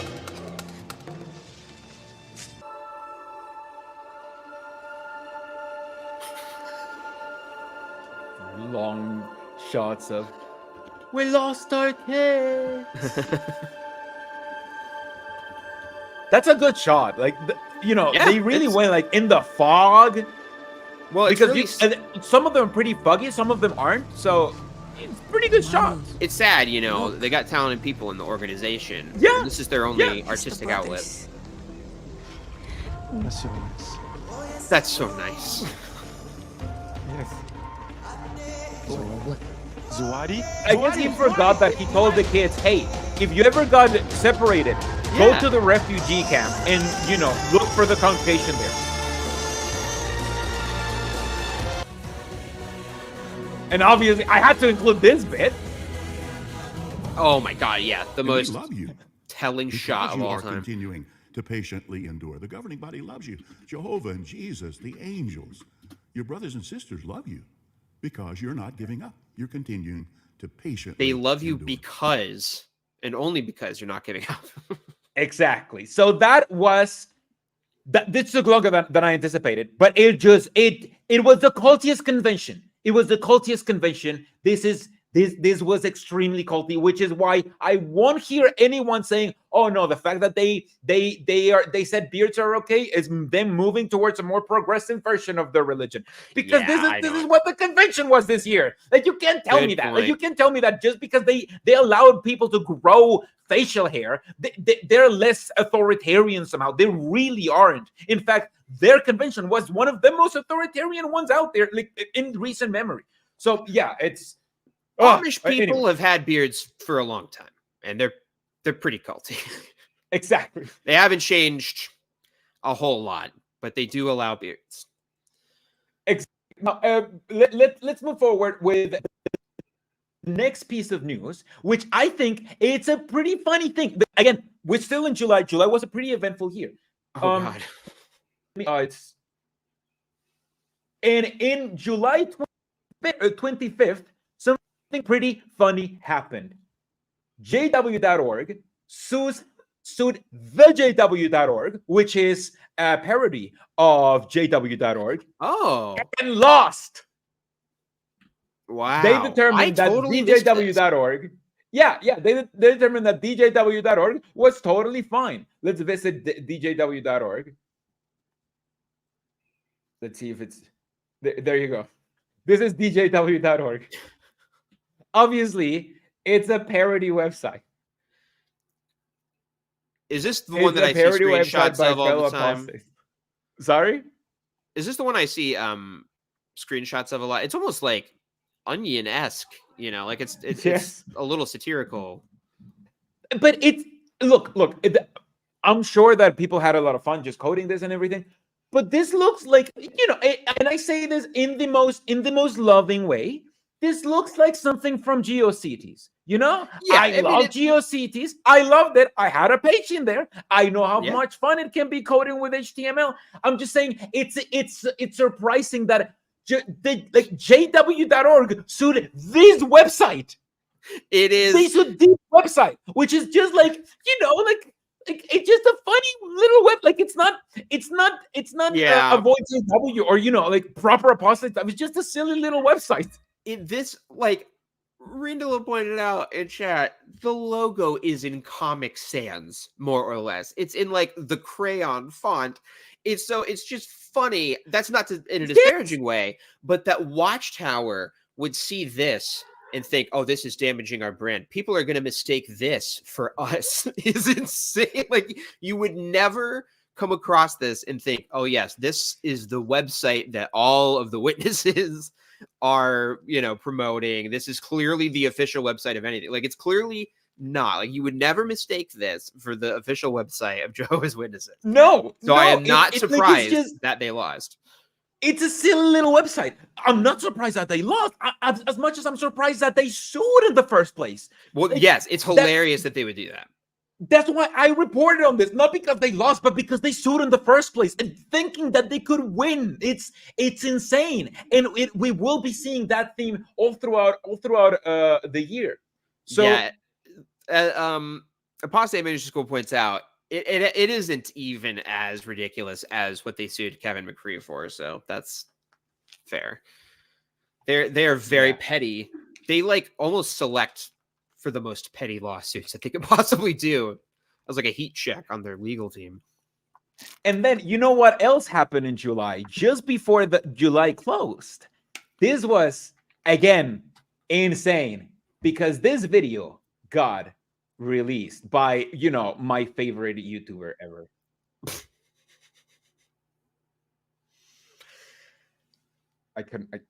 I'm bracing myself. I have no idea what this is going to be. Hey, yeah.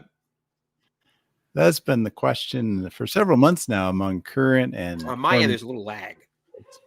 But Phil released this video where he finds exactly where Anthony Morris is. Yeah. And we find out that he got a house given to him by the congregation. Like we pretty much found out everything that the religion gave to Anthony Morris, where he was, and his location, down to the Cadillac that he drives. So it's just it is insane. This caused some things that I then don't really agree with that much to happen. But Yes. it also shows that they can't hide anymore. You know, like Yeah. they just can't hide anymore. I think we should talk about this, because this was definitely like a point of discussion, like in our little corner of the internet. The Blue Envelope is one of my favorite channels. Like, I don't watch a lot of XJW content because I make it so it feels like the homework sometimes. I love Phil's videos, and they like, one of those people who, like, you have favorites and you go back and rewatch them. And yes, like Phil, it's what you said. With most of Jehovah's Witnesses, I feel like I'm doing homework. Phil, I literally watch his videos that I watched before for fun, because they're just so well made and they're just so interesting. I'm very jealous of his presentational style and his ability to just hold your attention just by, kind of talking to cameras. Almost no edits. It's really great. But so, Blue Envelope got some criticism, I know, like, for the amount of detail that he publicly released in this video. And now I say that this is public information, but it was, kind of on the edge of doxing. What I will say is, I think that too much information was given out. I think they're like, given how people can be on the internet, we're dealing with people, we know that there are people who like to crash Kingdom Halls anyway, right? And so I think it could be dangerous to give, even if he didn't give his exact address, which I think he did not. He got really close, and people were able to put it together. What is very valuable about what he reported in the video was, knowing that Watchtower paid for the house and finding, how much it was, like, its cost information and stuff. I think giving it's challenging, though. I think it is a little tricky.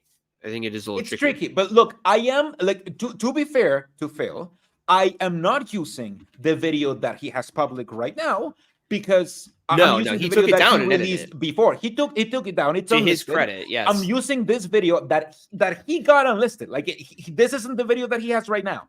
He removed, like, people were like, hey, this is a little bit worrying, and he took that to heart and removed it, and then uploaded a version that was even more, like, he had already blocked part of his address, because he's like, it's public information. Literally anybody can find this, right? So I see where he's coming from, and he did change it. But yeah, it's just it caused like a pretty good conversation to happen. I'm pretty sure, because I don't think anyone I agree. wants anything bad to happen to the governing body that is not related to them, to justice being served. Like, the bad things that I want for the governing body is for them to be tried and to be found guilty and to be put in prison for their crimes. That's the bad things that I hope for them, not for them to be harassed in their houses. So yeah, this was exactly. It was a big thing. I'm telling you, July was a pretty big thing. It was a pretty big month. It filled with a lot of stuff. Yeah, that's wild. That is a lot in July. Anyway, yeah, let's move on, because I think July is like we spent like an hour in July. we did. I'm sorry. To the rest. Anyway, let's move on to August. And in August, there is a Tony Morris video that got leaked. I don't have it. Do you have it? If not, I can look it up. Can you mention what the Tony Morris video that got leaked is? Are you talking about the Gilead graduation one? Yeah, the one where he talked about, where he talks about women. I think so.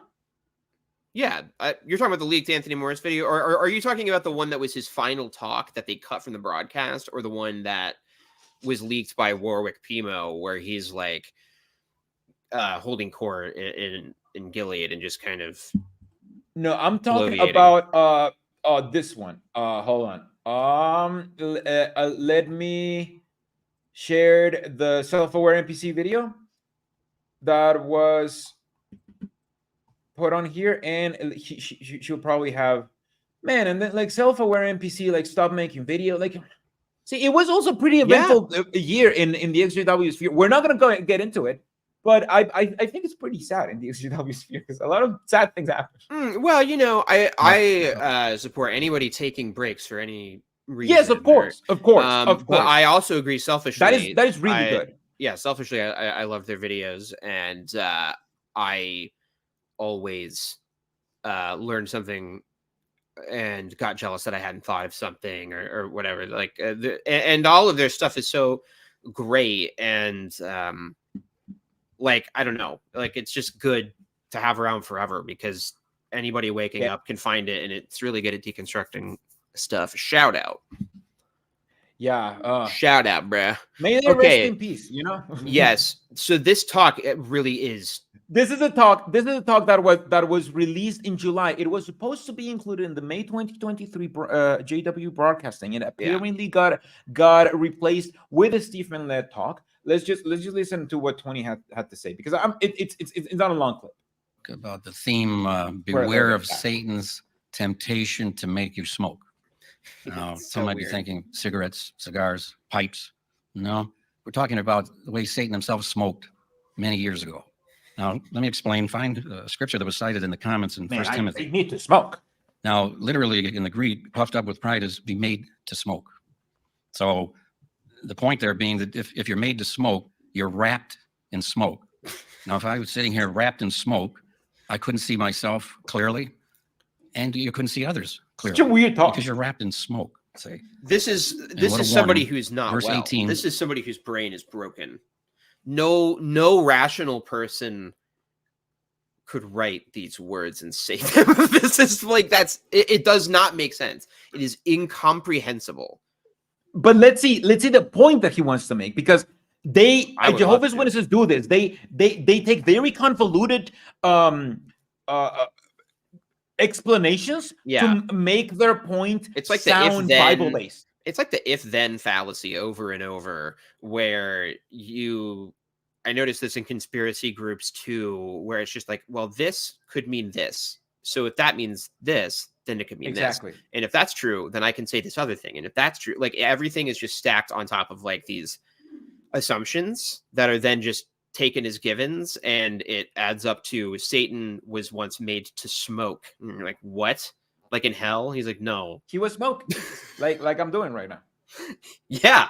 But you didn't need any kind of like satanic reasoning to get there. Anyway, let's check his point though. Yeah. Proverbs 16, pride is before a crash, and a haughty spirit before stumbling. So pride is before a crash. So Satan crashed because of his pride. He was made to smoke, haughty, just wrapped in smoke. And Jehovah gave him the judgment of eternal death. He'll be abyssed for 1,000 years, and then the judgment of eternal death. And he has to deal with that every day. And not going to change somebody like him because he's wrapped in smoke. So he couldn't see himself or Jesus clearly because of his beclouded and stupid state of mind. I know he's not going to appreciate my morning worship. The governing body's already being targeted like never before by this wicked one. Targeted like never before? What else is happening behind the scenes? It sure sounds chaotic in what's supposed to be God's one true organization. The ego of the governing body is on full display as well. This script had been... That was the clip. It's clearly like a subtweet, but we have no idea what he's referencing. Like he's clearly like angry at whatever situation got him kicked out. Now I'm making an assumption. I don't know that for sure, but the sequence of events, if we're macro view 9 hours into this stream, like, you know, in January 2 new guys get appointed. February he is kicked out. They're still like trying to keep up with removing videos that he did. So this morning worship, you know, has to do with the weird situation, obviously, right before he was removed. So the timeline, and then all the doctrinal changes happen after he's removed, you know, at the annual meeting when they're rolling out the new light. Convention stuff, exactly. It was prepared a year ago. Yeah, convention stuff was ready before Tony Morris got kicked out. So there's like, I don't like to I just don't want anybody to ever like take my speculation as like proof or as concrete evidence of anything, because like it just seems to me like there's some kind of coup, right? Like it just seems like they wanted to get him out so that they could change some things, and he was being obstinate, and so they brought in 2 new people to outvote him, so that because they needed a majority to remove him from the body, like they have with Ray Franz and other body members in the past. So like that's the like that's what seems to light up from the timeline. Now I've seen Zodiac enough times to know that I can't take that to court or anything, but that's what makes sense. No, but it just it's what we were saying at the beginning of the stream. Like we're gonna speculate because there like what is harder to believe, that this was a coincidence or that this was connected to Tony Morris? You know, like it's just, what's the simpler explanation? Exactly. At one point, it just becomes simpler to think, oh no, it was because of Tony Morris. Like Occam's razor tells you, no, this is a simpler explanation. So it's just at one point, there's just too many coincidences. So I totally agree. I might not even. Like, I might not feel as confident in saying that if it wasn't for the fact that Jeffrey Jackson made the like elephant in the room comments and seemed to be, and the fucking attitude of the governing body of the annual meeting, we'll get to it, but they're so full of themselves. They're so excited. They're psyched. Like, you can tell they're happy. I actually removed the bit because it was like the clips from the governing body in the annual meeting. Yeah, they were just so long to show them all. But I removed the bit where Kenneth is like, "Oh, we're gonna reveal some new light. Are you excited?" It's just, like, you see him like light up in ways that you didn't even know Kenneth Cook was capable of. Like for the first time in his life, since he got over his anger issues playing basketball or whatever, you know, he's finally allowed himself to feel something. Anyway, in September, again, nothing happened. I couldn't find anything that happened. So nothing happened, which was great because it allowed me to finish with the exercise patient conventions videos. Because, you know, I don't know why I would have done. It was really good for my schedule. I really think the Jehovah's Witnesses on this. For sure.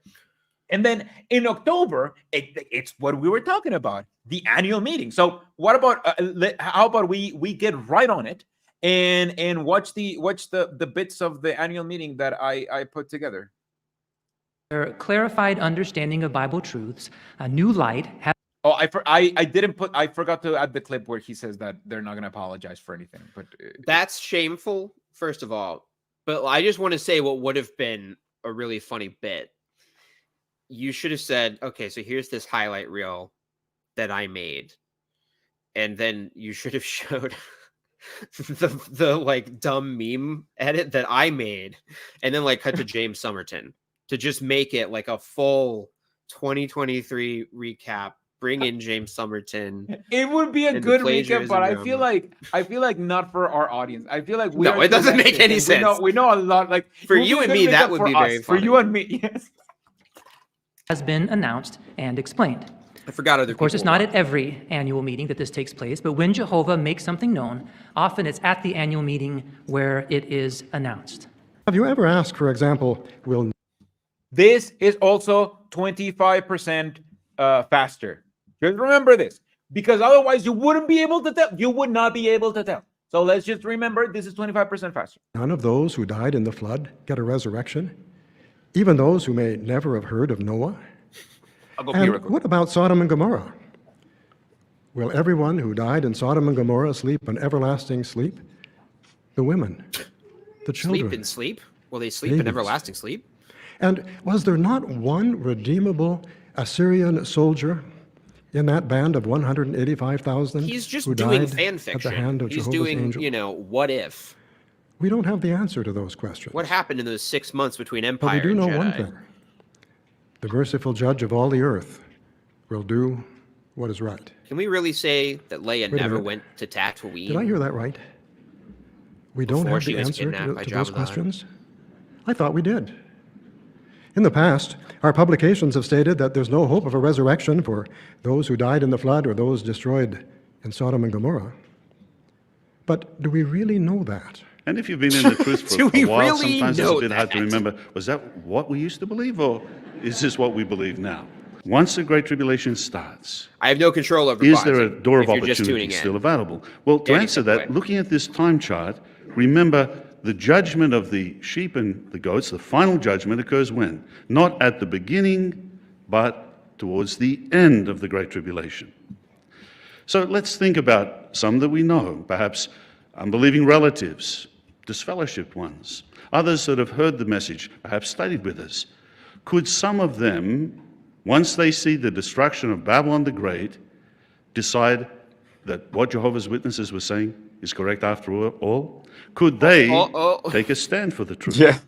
Well, no edits. If they changed their hearts leave and it in. joined us, Leave it in. It's would we be disappointed? Is it really the case that all these ones that we've studied with, He or looks so on, rough. some of them may have a Yes. chance to join us after Babylon the Great is destroyed? Is that fair? Last minute repentance. For a start, let's remember the good news is Why is only he just good news giving to us us and thumbnails those for who accept videos? it. Why is he Some- posing for us? Yes, and why is he so red? He's not wants- even. he He's wants like it. he's like fuchsia, you know, like he's not even red. Like red would be healthier. No, it looks like he fell on like the burner in his kitchen or something. He looks really rough. Two Got hit measures, with an though, for the iron. rest of the world, it's never been good news, has it? Good morning, the Caleb and students. Sophia bit. This is your principal Christmas bit. Rodriguez, and I'm very happy This is to announce infuriating. that This video soon is We're going to awful. have our annual holiday You're party. evil for Isn't making that us watch exciting? any of it. So get ready for games, treats, and more. See you there, Sophia. Oh, wait. You can't go. Here are your hopes with. Hey, Zoe. Oh, hey. What you doing? I'm just about to meet Sophia. Why do you hang out with her? You should hang out with us. Not that loser. Be worldly. Angela, please see me immediately. See you later, For Zoe. reasons. Some of the other kids say things like, it's weird you can't celebrate holidays. And that you can't have fun. They are no part of the world, just as I am no part of the world. How was Jesus no part of the world? How was it Jesus? Jesus was different from everyone else, and so were his friends. So, when you By the way, they are so white. They are the whitest they have ever been. love and obey Jehovah, and you You're are no part so of the right. world like Jesus, That makes you special to him. I don't know if I could ever be like you. Hey, Zoe. Aren't you Why coming? would she want to be? Why would she have reverence for Caleb and Sophia? Let me show you how it's done. Hi, guys. You didn't go to the party? No, I want to do the right thing. And I think you'll enjoy it. It's a short preview. I know it's really early to show you something for the 2024 convention. And I hope I don't get into trouble with the governing body for showing this prematurely. Just kidding. I hope you don't think I'm that stupid. That face. What happens to him? It is with the governing body's full blessing and approval. It's weird, right? It's like he gets puffier somehow. Yes, yeah, he swells like a bullfrog when Yes. he says that. Whatever his species is, it reacts that way to fear. It's still unknown, though. That we show you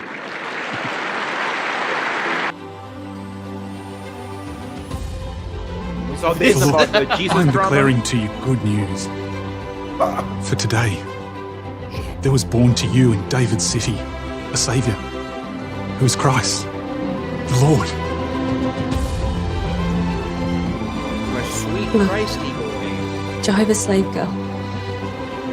could not these projects, if needed, be finished after the Great Tribulation and then used powerfully in the New World? And thinking of the Good News According to Jesus episodes, would they not be wonderful tools to teach resurrected ones about God's Son? Recently, on a trip to the western United States, my wife and I were able to observe bison, elk, and moose from a safe distance, of course. You included my favorite clip. They're humongous, I very have that. powerful animals.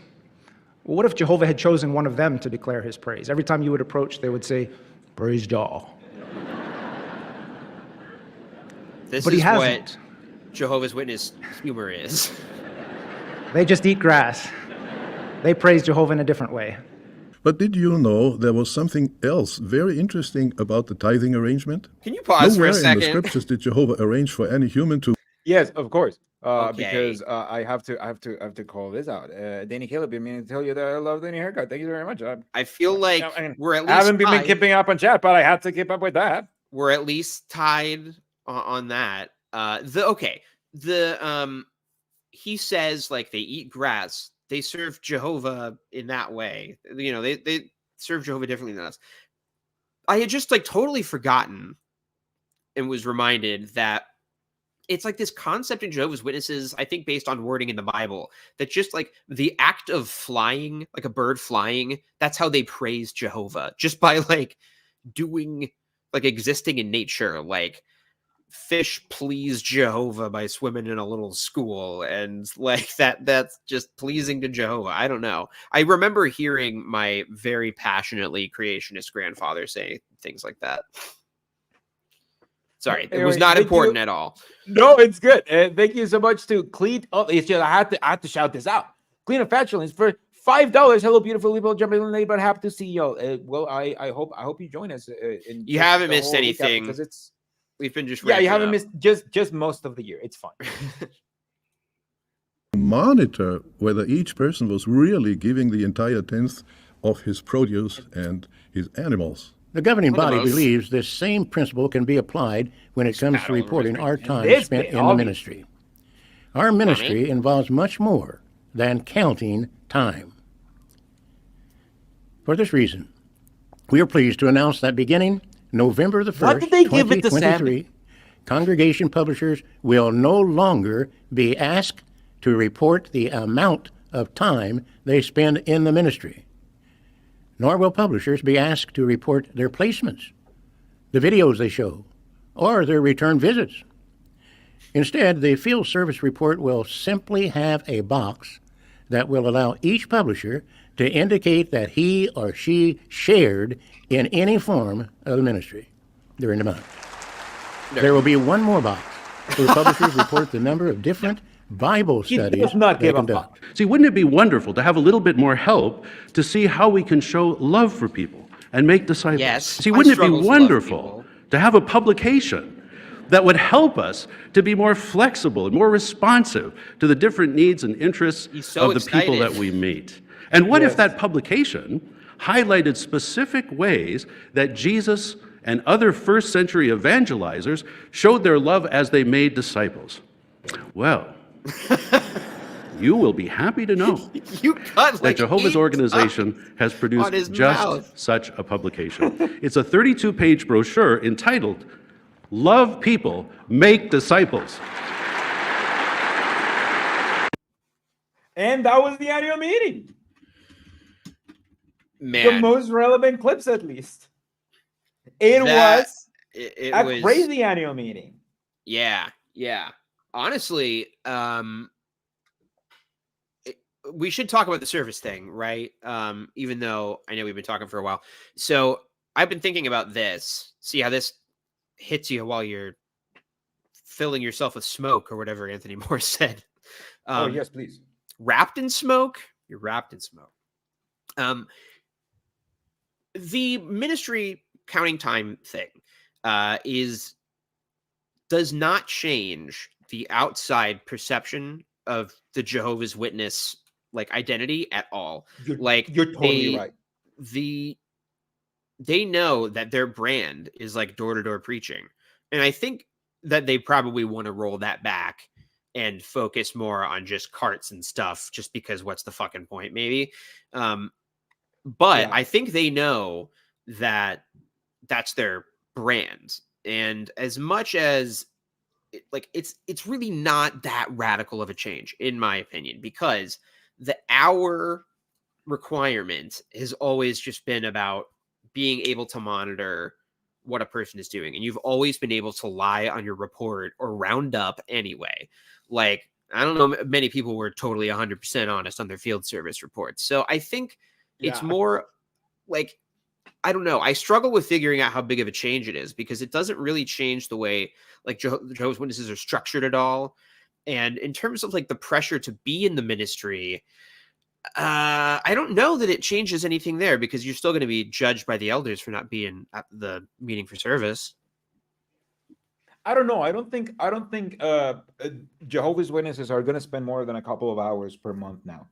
I do think that this is like, Jehovah's Witnesses are known for their door-to-door ministry, but they have learned that they can achieve pretty much the same exposure, which is the only thing that they achieved by going to the door ministry, by now changing to the cards. They get even more exposure that way. So the only thing that, and I think the governing body knows this. I think the leadership knows this. They know that they're not converting anybody in the door-to-door ministry. The only thing that they could say that they're doing is giving testimony, and they give better testimony with the cards in visible areas, because they actually go to the markets and to the places where Jesus would have gone, the busy places, and they're not bothering anybody at their homes. Exactly. Yeah. They're not bothering anybody. They're not putting Jehovah's Witnesses in danger as much as they were. That's smart. That's a good way of thinking too.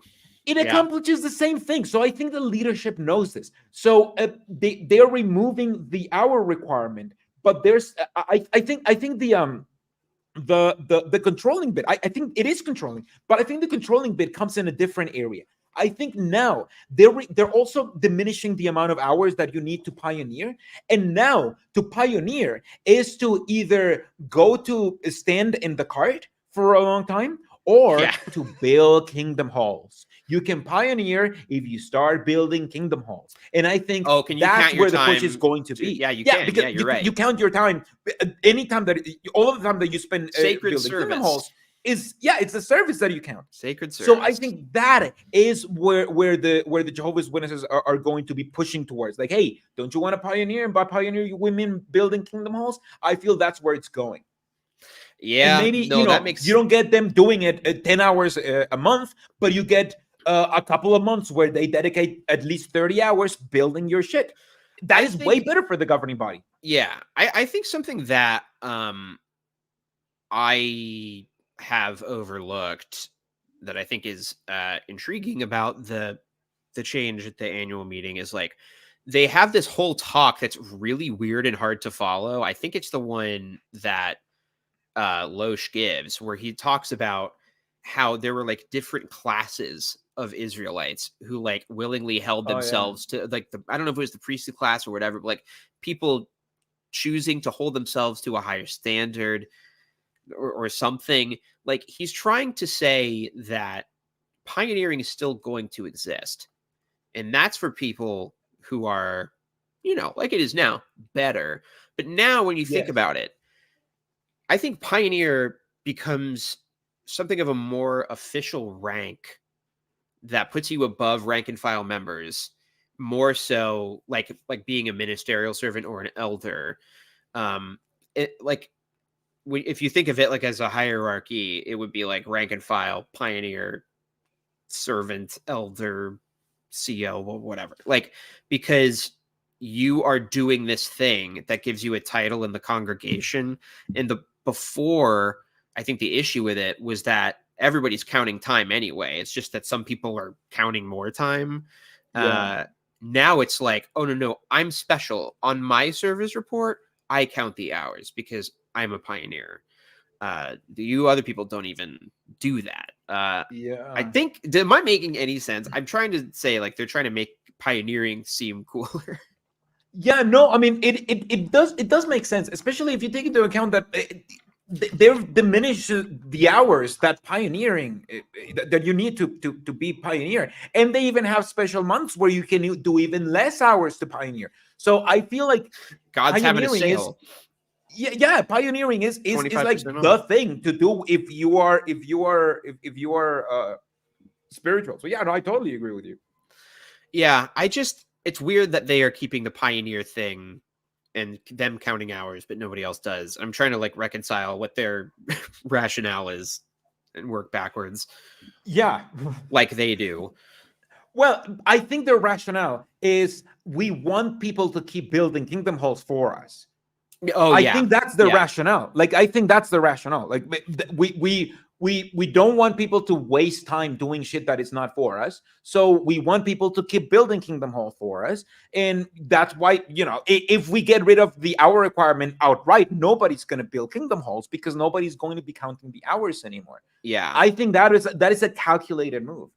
Like you're implanting the idea, not in like a sci-fi way, but like, okay, in the group, your value is only as good as like, how is my relationship with Jehovah, which is defined by how could I be doing more for Jehovah?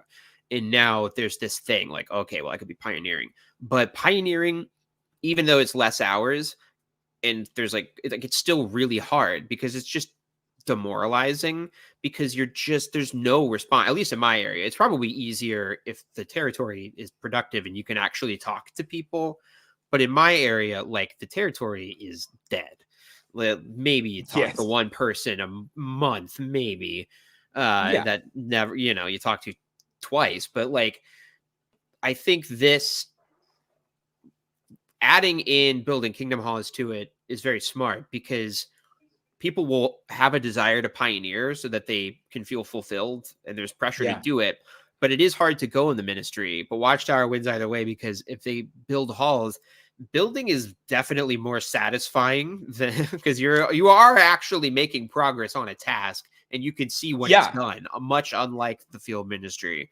So and you're that working in a group together for a goal that like a tangible goal, like so. Yeah, it is far more satisfying. Definitely, that makes a lot of sense to me. Yeah. Yeah, so before we move on, I think we need to talk about late repentance because let's remember this bit, even though it did happen in the in this year, Jehovah's Witnesses haven't gotten that yet. It only happened in the ex-Jehovah's Witness sphere. So we can speculate what's going to happen next year because most Jehovah's Witnesses don't know about this bit. What do you think is going to happen about late repentance? Do you think this will cause a mass exodus? Do you think it won't cause any difference? No. What do you think is gonna, like, somewhere in between? What do you think is gonna happen? Because honestly, like, there's people saying anything in between, like all of that and anything in between. It's hard for me to put myself in the headspace of, or no. Just put the bit where the late minute repentance. You can find him wagging his finger. Yeah, I want to find him wagging his finger. Of course, that's what I'm looking for. Last minute repentance. Oh, I think it's later. I think it's much later. Or is it not? Maybe I'm wrong. Don't listen to me. What the fuck was I talking about? Where the fuck is Jeffrey Jackson? Oh, there you go. Oh, a mass exodus, right? Yes. I definitely had times when I was super peemy when I just, I wanted to do something worldly. Not like maybe dating, I guess, but more so like, man, I would really love to go to LA and try to get into like improv for a year. Take a year break from the truth, so to speak. I would think that sometimes. And I could see in a moment of quote spiritual weakness, I could definitely see myself thinking, you know what, now I do feel a little bit more internal permission because I know it's the truth. I know the signs of the times. When I see the cry of peace and security, I'll come scurrying back and it'll be fine. Exactly. I think it could, I don't know if it'll cause a mass exodus, but I think it will continue furthering the decline and that more people will feel a certain sense of permission to leave. Yeah, honestly, I feel they didn't think this one through. Honestly, it's just, I think Tony's that I wanted. It seems to, yes. Iconic. This is the bit that I was looking for. I just didn't want to skip it. But no, I honestly feel they didn't think this one through. I didn't, like, everything else, like the no more hours except for pioneers and all that stuff. It seems pretty well thought out. This doesn't. So yeah, I do believe Tony Morris was part of the people that were like, no, fuck this. Like, are you kidding me? No, we're not gonna do this. but they didn't really think about it other than Tony didn't like it, and now we can put it because Tony isn't here. This is speculation, but that's what I think. I have a counterpoint that I'm like thinking about in real time, but they might consider it to be a bit of a wash, because I like what I thought of, and for those who don't know what we're talking about, by the way, because I realized we didn't really define it, but like that you could, before the teaching was that once the Great Tribulation starts, you're fucked. You can't join. So if the Great Tribulation is the one thing that proves the Jehovah's Witness faith right, because it's when all of the religions fall except Jehovah's Witnesses in every country around the world. Yeah. Now, like it, so that's very scary when you remember, because you're like, oh my God, not like if I left, the only time that I would know that it was the truth is when it was already too late to go back. Yes. And that was the point. That was the point of that teaching, I think, was to scare people. That's the point of religion. You get to know if the religion is right and there's an afterlife once you're dead. Every religion has followed this logic. You can only get proof of it once. You can't do anything about it. That's the point of religion. Well, in it, I like if you pay attention to the language throughout the annual meeting, you'll notice they really don't. Not like the field ministry thing, that was an announcement. That was a real policy change. The doctrinal changes are all, they never say that the teaching has changed. And in fact, they have that whole runner where he's like, oh, don't say that I said this and that, because I didn't. Yes. All I said is we can't be dogmatic.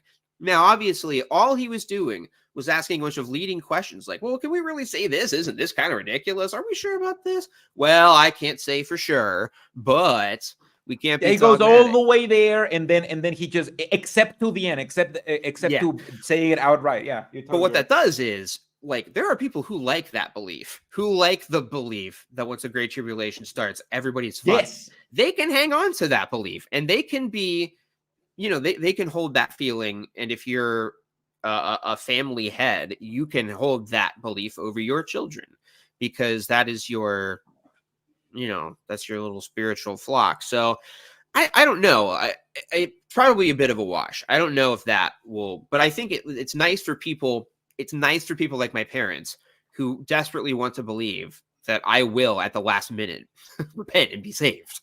I think they really struggle. And I think they probably get a lot of letters saying things to that effect. And they're like, you know what? We can change this. It doesn't fundamentally change anything. And the side effects that are bad might kind of fix themselves. We got bigger problems than that. That's my suspicion. Yeah, honestly, I don't know what to think about this.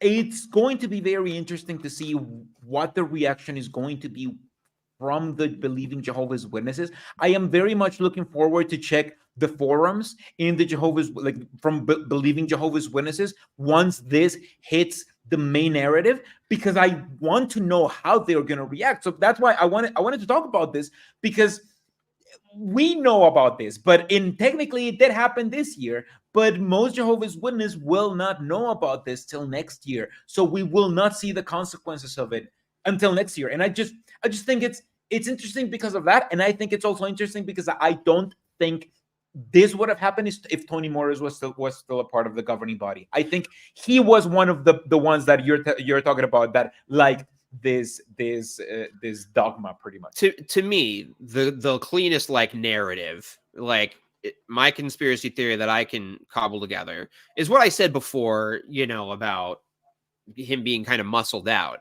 But this is an actual big change that is going to rub people the wrong way.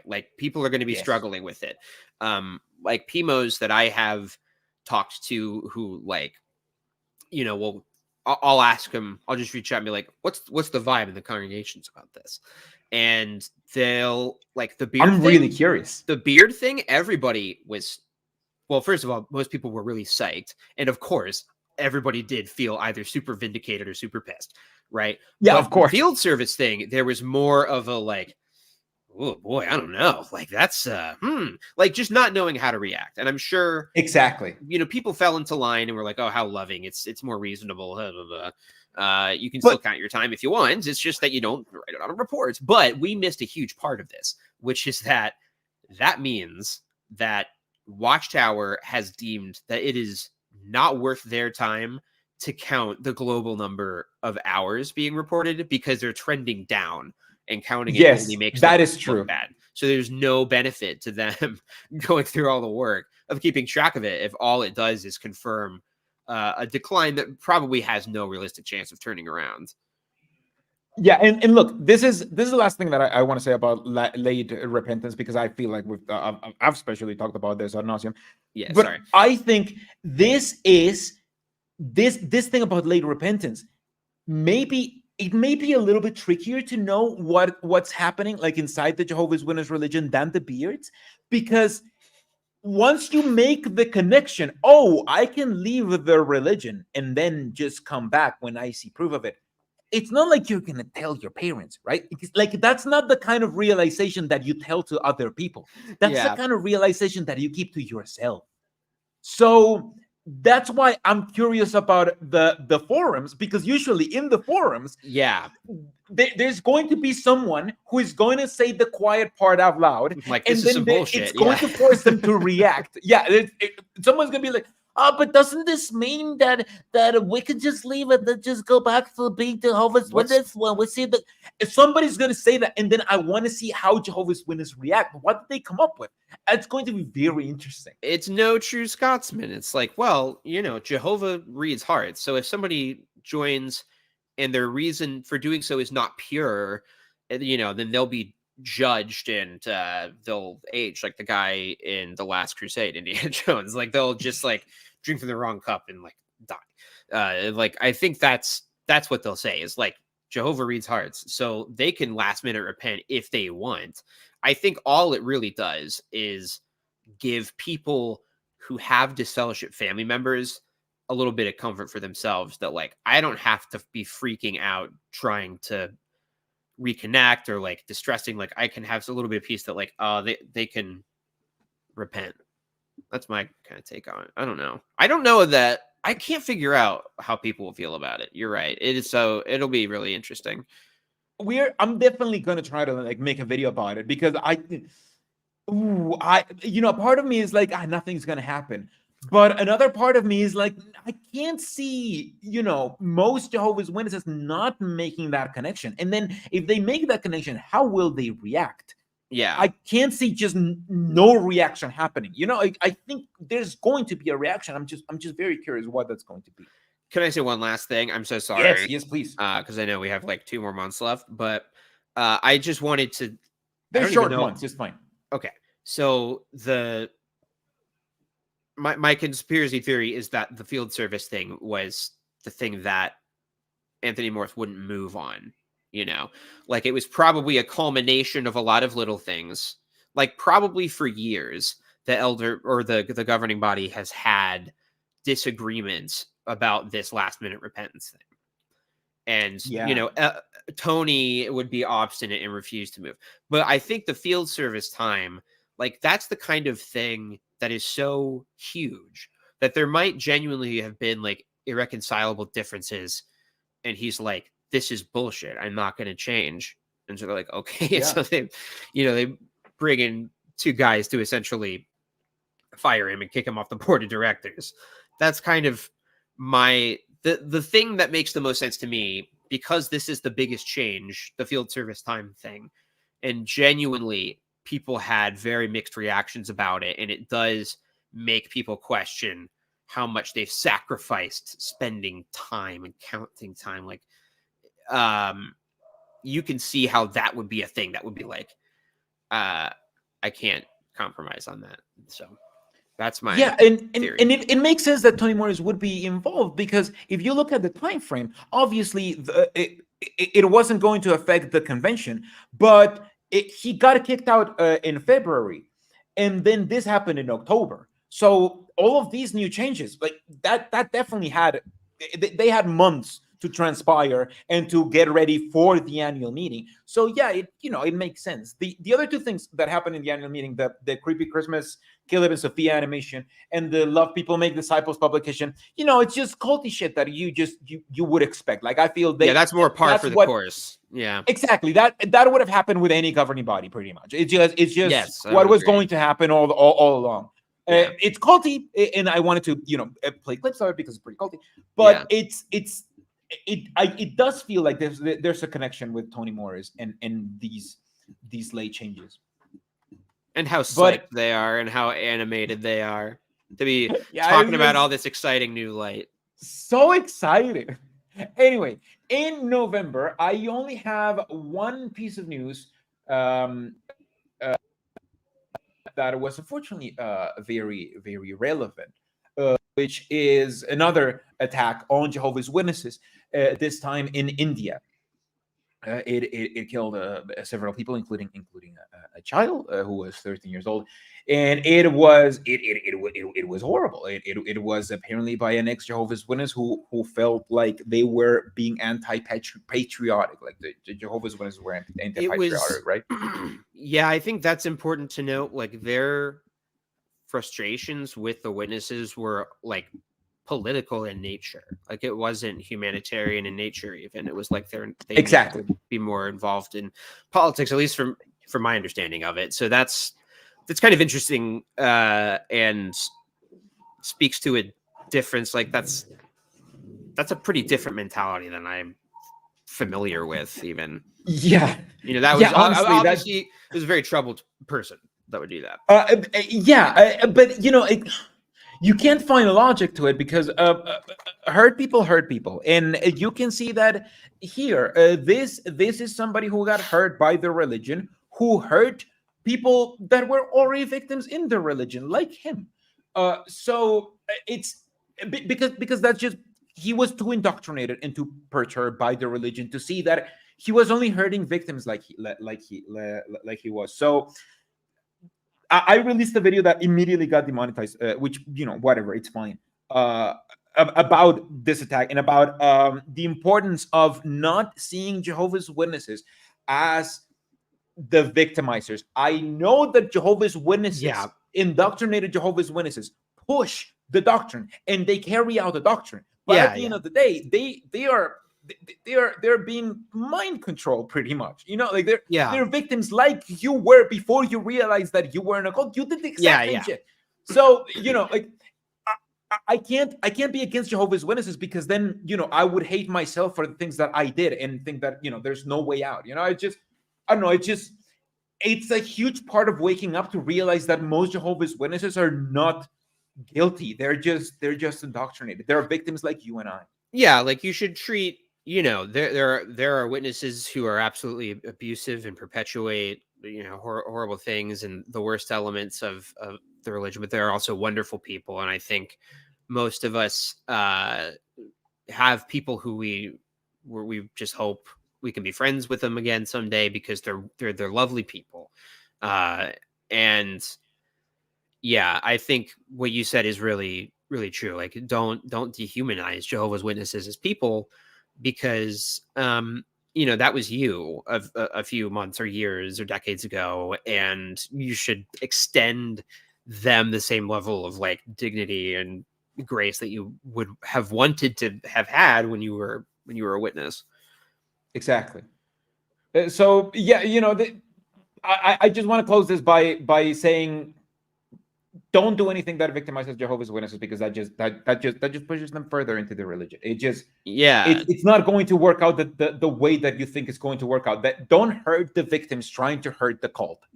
Don't confuse the victims for the cult. That's like being an asshole to someone in Starbucks because your Starbucks card isn't working. It's not the employee's fault, right? Well, I do that every day.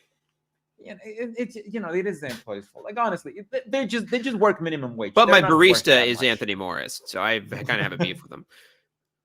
Anyway, moving on to December. I was looking for the news. It's right here. December. We have some pretty good news from Madrid. I've been working on this video for a while now, for like 2 weeks now, because there's just so many things happen with this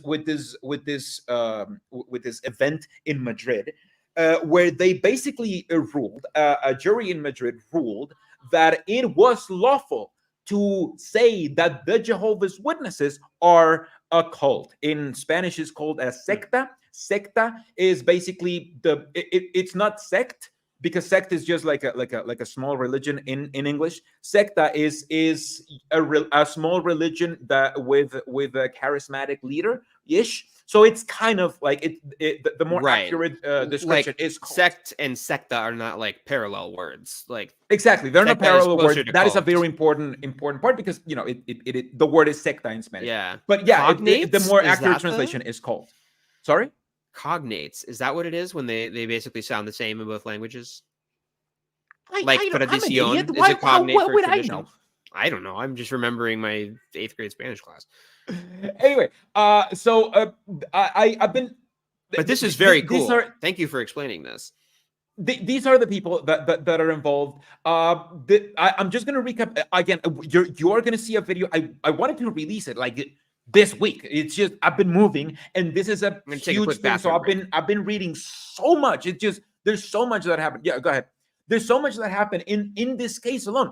So I've been reading so much about it to prepare like an accurate video about this. But this is what I think is the most eventful piece of news in the whole year, because a jury in Spain just ruled that Jehovah's Witnesses can be labeled a cult, and therefore ruled that the Jehovah's Witnesses have victims, and that it's lawful to determine that there are victims. Now, this isn't like what happened in Norway, where when in Norway they were like, okay, I guess we've heard you shun children, but we're gonna remove this unless you promise that you're not gonna shun children, and that is the only issue we have. No, the Dr. Bardavio, who was the guy who was doing the case for the Victims Association of the Jehovah's Witnesses. Let me just explain what happened. The Jehovah's Witnesses religion sued an association called the Victims Association of Jehovah's Witnesses in Spain, really for existence, because they were like, oh, you're perjuring us because you're saying that we have victims. And they lost, and they gained in the process, the association gained the right to call the Jehovah's Witness a destructive cult, not just a cult, a destructive cult. And Dr. Vardarillo, who is a lawyer, but is not an ex-Jehovah's Witness, he's just an expert in cults in general. He did such an amazing job at explaining how the Jehovah's Witnesses worked that by the end, not only what did the judge, like, usually you hear like the Jehovah's Witnesses bring other Jehovah's Witnesses to testify. Oh no, we don't shun children. That never happens.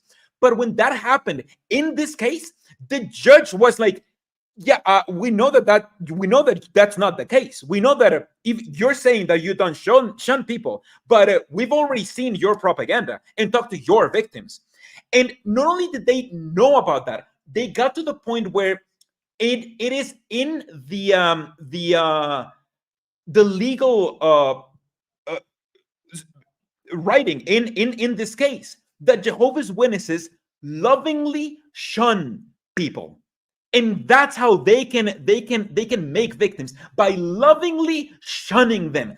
That is an amount of understanding of how the Jehovah's Witnesses operate that no other government has ever come close to getting. Like Australia got close to getting it, but just what they achieved in Spain is the most monumental thing that happened in the whole year against the Jehovah's Witness religion. Because not only, and I'm about to finish this round, but not only do they have the right to call the Jehovah's Witnesses a destructive sect, but this, coupled with what happened in Norway with their loss of deregistration, can be really good cases, especially if you are in Europe, to be like, hey, these two parts of the European Union are doing something against Jehovah's Witnesses. What are we doing? Am I supporting Jehovah's Witnesses with my taxes? Check this, especially if you live in Australia. So, I mean, in Europe. So, yeah, I'm making a whole video about this. This is a monumental case. This is a huge case, and there's a lot of reasons to be excited about this case. Sorry, I was just ranting because you left, and I'm like, oh, let's just rant a lot for this case because I'm really excited about this.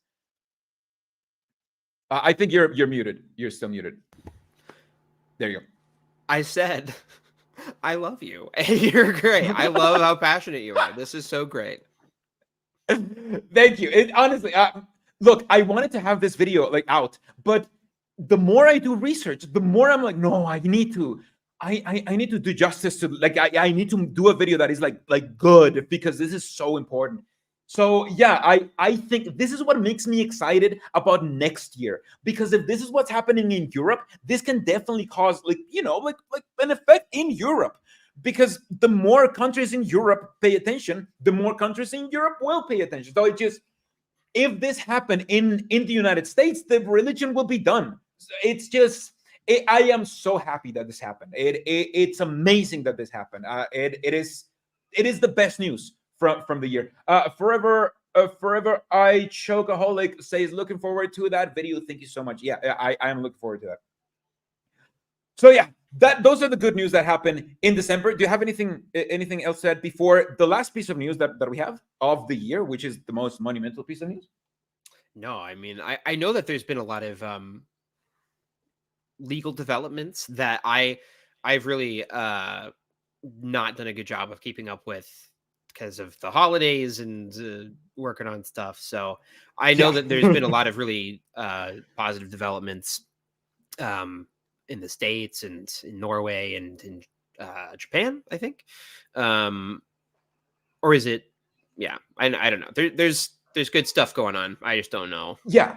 There's some good stuff happening in Sweden, but I couldn't find the proper stuff. Like there's some other stuff that happened in other countries. But yeah, honestly, I'm very excited because I made a video that talks about like, and not only have I made a video about that, I've talked about how Jehovah's Witnesses don't wake up when they feel like the end of the religion is nigh, you know? But it kind of does feel like that. Like we got closer to the end of this religion with this year. So, I'm really excited about it. But let's move to the last piece of news, which I forgot to grab a clip from. Imagine picking that as the thumbnail for that video. Imagine thinking that is an appropriate image to put on a They don't website. think he has a bad angle. So let's just listen. Well, as recorded at first. There you go. This announcement. I just want him to hear this announcement, because this was obviously what every Jehovah's Witness says. With an intriguing question. Intriguing. How should we view a brother who chooses to grow a beard today? The governing body has asked me to read the following announcement. A number of branch offices around the world have written to us indicating that there continue to be questions about whether or not it is proper for a brother in an appointed position to wear a beard. After prayerful consideration, the governing body has concluded that there is a need to clarify this matter. The governing body does not have an issue with brothers wearing beards.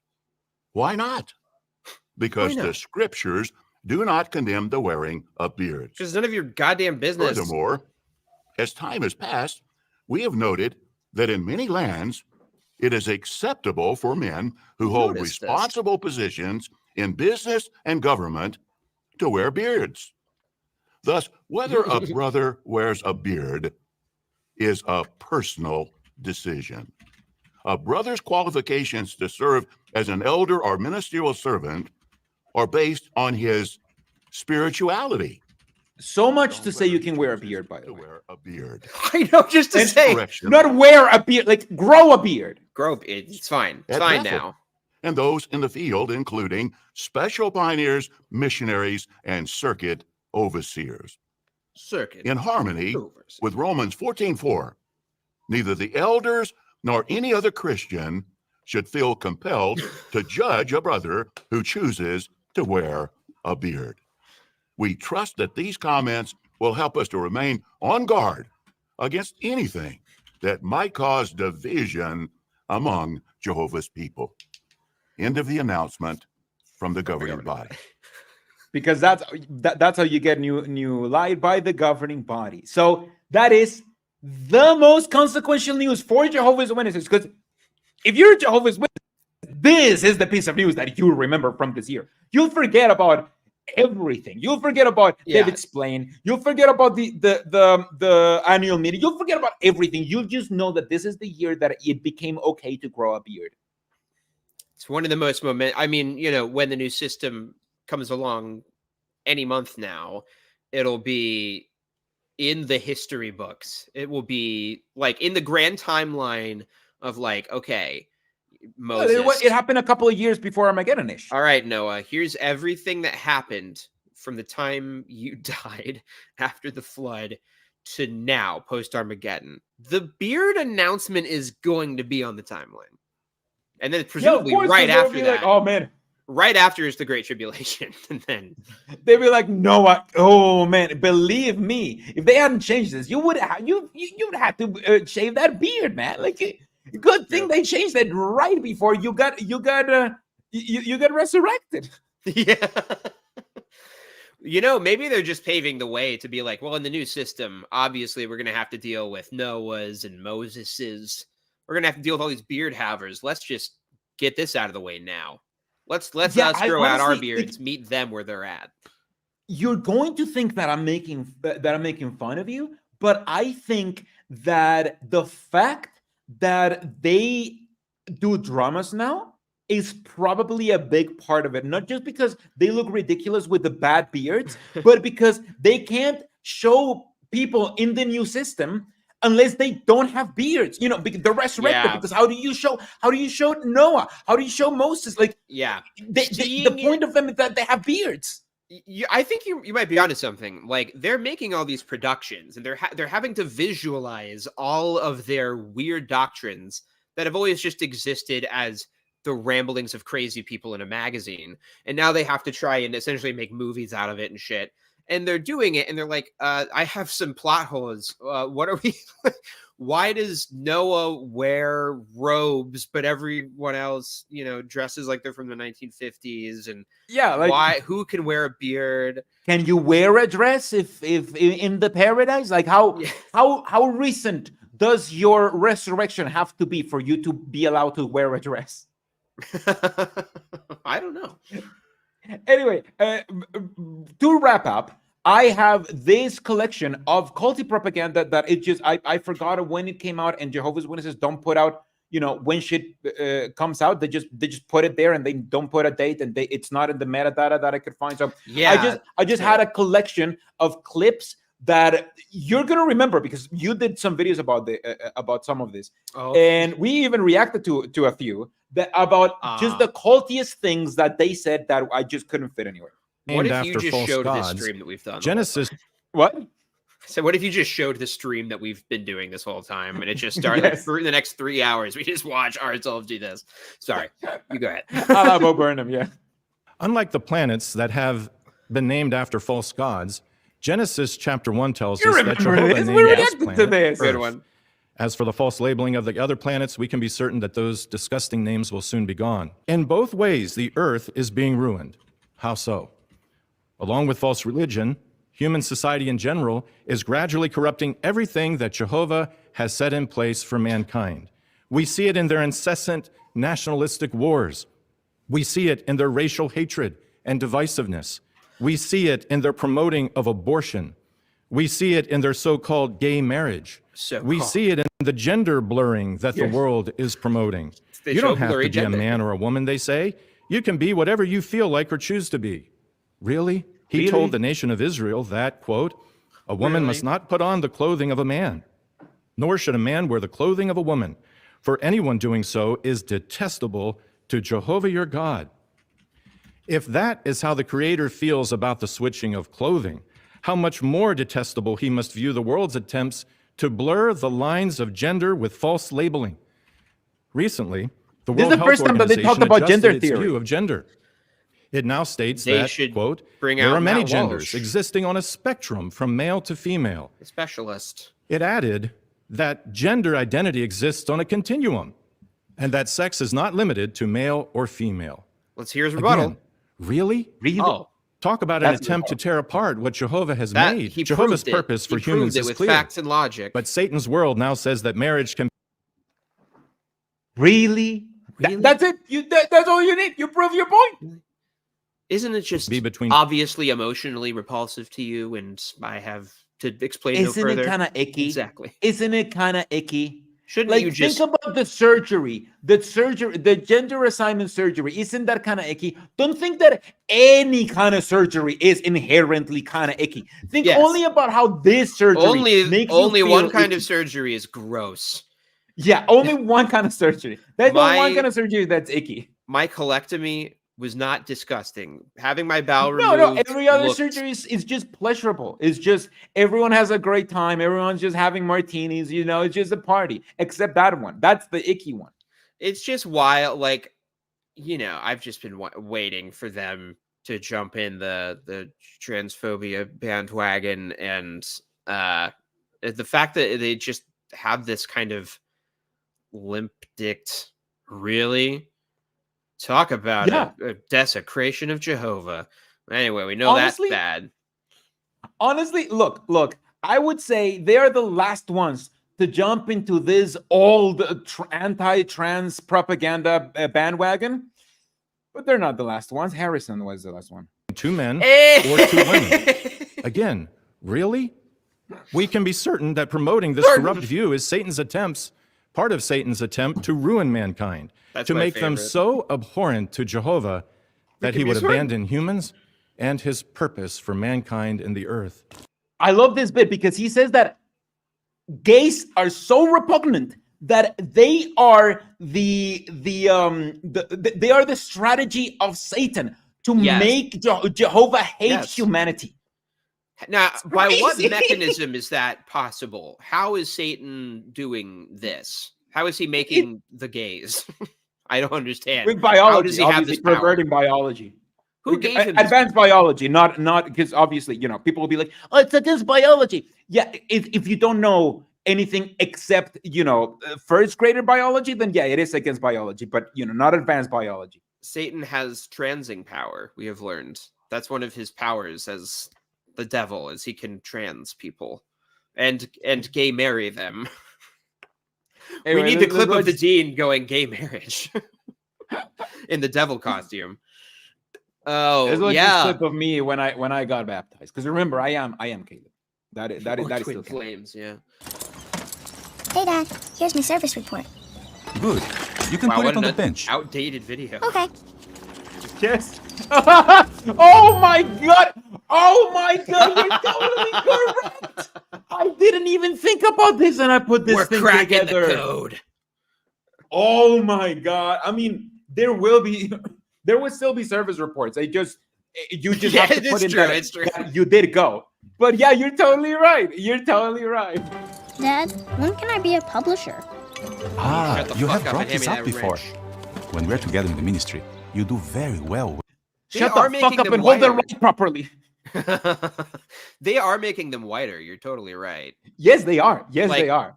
Compare, contrast the first one. It's Also, just FYI, The Truth Hurts did an amazing video with this. Like the fact that Harrison turned out to, go into a cult pipeline. That doesn't mean that most of his videos, they're still good. They were just as good as before he went into the outright pipeline. It's fine. I don't know how you could defame the good name of a man who just has a few questions. I don't understand this. That's true. I mean, When speaking at the door, we can discuss how the elders are involved in approving you. For now, let's see if you might qualify. First, do you obey Jehovah and your parents? Do you obey Jehovah? Next, do you believe the Bible is Jehovah's word? And can you explain the basic teachings? Yes. And are your friends Jehovah's friends? Yeah. You're teaching this to Caleb, children. you are already doing very well. One last thing. Do you want to be one of Jehovah's Witnesses and preach? I do. I think I'm ready. I think you are too. But we'll have to see what the elders decide. this is What also about 25% atheists, faster. Agnostics and evolutionists. As we studied recently, many people embrace evolution not because they have really studied things and they're convinced by certain things they consider to be facts. No, they've been told by someone that it's true, and so they accept what they've been told. And on the other hand, there are dyed-in-the-wool atheists and evolutionists who embrace... I don't know the context of this. This is I don't know either. This is correct. Embrace theories that if those theories they embrace were applied to any other discipline or aspect of life, they would not be considered anything but fantasy and wild imagination. And that's the truth. We understand why the physical man acts the way he does. He shuts his eyes to the overwhelming facts of creation, the obvious intelligent design of Let me DNA. see if I can do my Malenfant impression alongside William Malenfant. I always forget about this guy, but I do like doing his voice. The more I do it, the less I feel it's accurate. I don't remember. It's mostly the way he pauses in strange places. Sorry, that's it. Oh, look. Little Caleb from the cartoon. No, I still don't have friends. That makes more sense. That's less mean, but it's still accurate though. I was like, Queen of Flashlings gave you a super chat earlier and then turned on you so hard. Yeah, I know. Called you up for not having. I mean, it's just saying the truth. Tuning of the forces, the four forces evident in the universe. The four Earth's forces, marvelous cycles that maintains it. The precise placement of Earth in the solar system, the wonderful symbiotic relationships in the plant and animal world, and so much more that make it very obvious the wonderful, the marvelous intelligence that Jehovah God exhibits in creation. A fact that cannot be ignored also is that Christendom's churches, as well as all religions that are part of Babylon the Great, with their unscriptural teachings, unclean practices, and meddling in politics, have played a major role in driving people away from belief in the true God. They have a great responsibility before Jehovah God because of the foolish, ridiculous things they teach and their activities that dishonor Jehovah. They have driven people to atheism and agnosticism. It's just they're projecting so much. Like they're projecting this. They're talking about themselves. They're talking about themselves. That's why I wanted to include this because this is just projection. This is very obvious projection. This is what happens to everyone who wakes up and realizes that the Jehovah's Witnesses wasn't true. You know, it's crazy. It's just kind of weirdos fulfilling their own fantasies.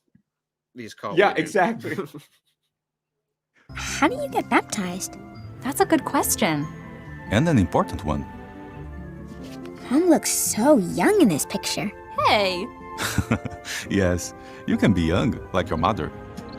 What matters is that you love Jehovah. You can be young when you're baptized. And want to follow Jesus' teachings closely. You can show that you want to get baptized by what you do, like obeying your parents. Learn about Jehovah by reading the Bible. That will help you obey Jehovah and avoid things that Jehovah hates. They brought back Then you'll want to share your faith with others. They brought back Sparlock by like a weird. I don't understand. He's a dog now. They made him like a dog. He was a human with like a Buzz Lightyear space, like NASA space thing over his head. I mean, he still has that. Did he have that before? He had just blue ears. That's it. Just like blue round ears, and the hat. And now he has like a space thing. But he's a furry now. I don't understand what happened to my boy. I don't get it. What happened to our boy? Look how they massacred our boy. They made him a furry. It's very low speculate he's a furry now. This is very man, this is very weird. I'm trying to get in the mindset of like, why are they changing the lore of a cartoon toy that they only introduced to as an example of why you shouldn't play with it? Like, why are they doing this? So weird. Like she knew what Sparlock was then. Like then it's canon, but because she was like, what is this? This is what? This is what is a Sparlock? Oh, good point. And so now it's canon that she knew. Like she was just playing pretend. Like, she was just pretending to be an idiot. Look, so this is a flashback to the mom. Yeah, this is the mom before she got baptized. This is Sparlock. This is how Sparlock looks. He's a magician. Holy shit, dude. I think we might have been wrong the whole time and it's a dog. Now I can see it. I can kind of see it. That's skin. I definitely thought that it was a nose and a mustache. Like he was a wizard. Like he looked like Gandalf or had like a goatee or something. But like Dumbledore. But I think it actually might be a dog and we've been freaking out for no reason. Oh, but it's not clearly anything. I see it. Let's be clear. This does not clearly represent any species that exists. It doesn't look like anything, but it does look like... he has like a shaved face. Most of it, Yeah, that's what's weird. Just the mouth. Wait, go back no to animal the is other like one. this. Go back to the other one, because it doesn't have the fleshy face, does it? No, it doesn't look. It looks pink. It's a little, it's a little pink. But you're right. The toy Sparlock is flesh. You can tell that we're both a little high on something because we're really obsessing over the details. Sparlock, the warrior wizard from Jehovah's Witness cartoons. Play it. Why are you not playing? Hey, you got that's the videos. I don't know. Okay, hold on. Let me add it. What? This isn't playing anymore. Hold on. Why is? You know what? Let's remove it. I'm sorry for this. Just give me 1 second. I'm sorry. I was keeping up with chat and I totally zoned out. God damn it. No, I had listen, it happens to the best of us, buddy. I'm sure it'll all planets work out. that have there you go. And want to follow Jesus' teachings closely. Look at that. You can show that you want to get baptized by what you do, like obeying your parents. Learn about Jehovah by reading the Bible. That will help you obey Jehovah and avoid things that Jehovah hates. And he's missing the shield. Okay. Then you'll want to share your faith with others. Especially it's in the old tracts. It's the old tract. And at the meetings. I believe in the doctrine again. I want to go back. And most importantly, tell Jehovah in prayer that you want to serve him forever. That's why we get baptized in public. It shows others that we've dedicated our lives to Jehovah. Very creepy. That's so cool. That's why we get baptized. Would you like to get baptized one day? Mm-hmm. The governing body could be likened to the voice of Jesus, the head of the congregation. So when we willingly submit to the faithful slave, we're ultimately submitting to Jesus' authority and direction. Our love and appreciation for you, the governing body, also grew as we saw the way you care for the interests of our Master Jesus. By your humble reliance on God's Spirit, you keep pace with Jehovah's chariot and help us to do the same. It is our singular honor to support you in these momentous last days. And that is the collection of like the cultiest shit that they said. I'm working on the Gilead graduation because they posted the last bit and it's kind of culty. So I do want to react to it. So we keep on the lookout. What's that last clip from? The Gilead graduation. The last bit. Oh, okay. They just got released like a week ago or something. Okay. It's new. So I'm not too behind the chariot. No, you're not too behind the spiritual chariot. You're actually, it's normal that you haven't seen it, as most Jehovah's Witnesses haven't. Yeah, true.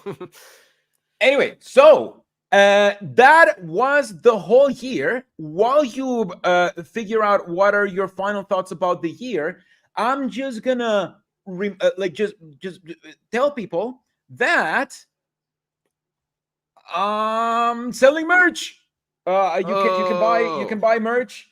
And now I have this XJW t-shirt and it's all black for the XJW. And then this one, I really like this design. I'm definitely gonna speak to me about why you like that, because I do. I'm gonna get this one. It's so perfectly blasphemous. I think that's what's great about it. It is the Jehovah's Witness blue. Obviously, I got it from a Jehovah's Witness logo. It's unholy. It is extremely unholy in like the best it a little bit. I don't know why, but I'll probably buy one. It's really good. I really liked it. And then you can get like this one, which is this design is just like all of the things that you're not allowed to do when you're a Jehovah's Witness. It's just that thing looks sick. That's really sick. And there's also like this apostate mug that Queen of Flatulence ordered.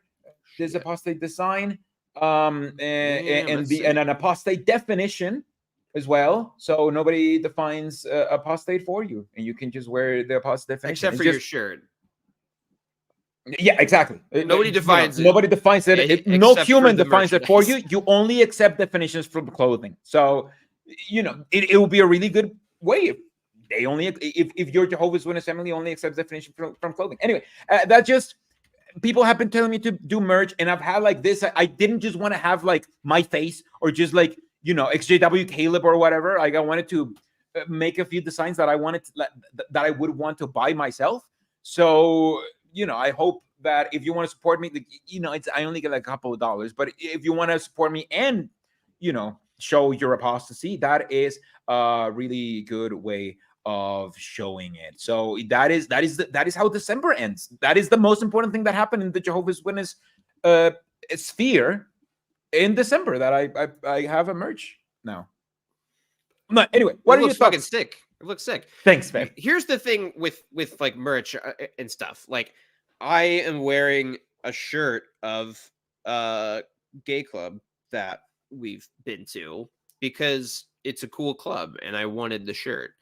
And I like shirts of bands. I think merch is cringy when it looks shitty. Yeah.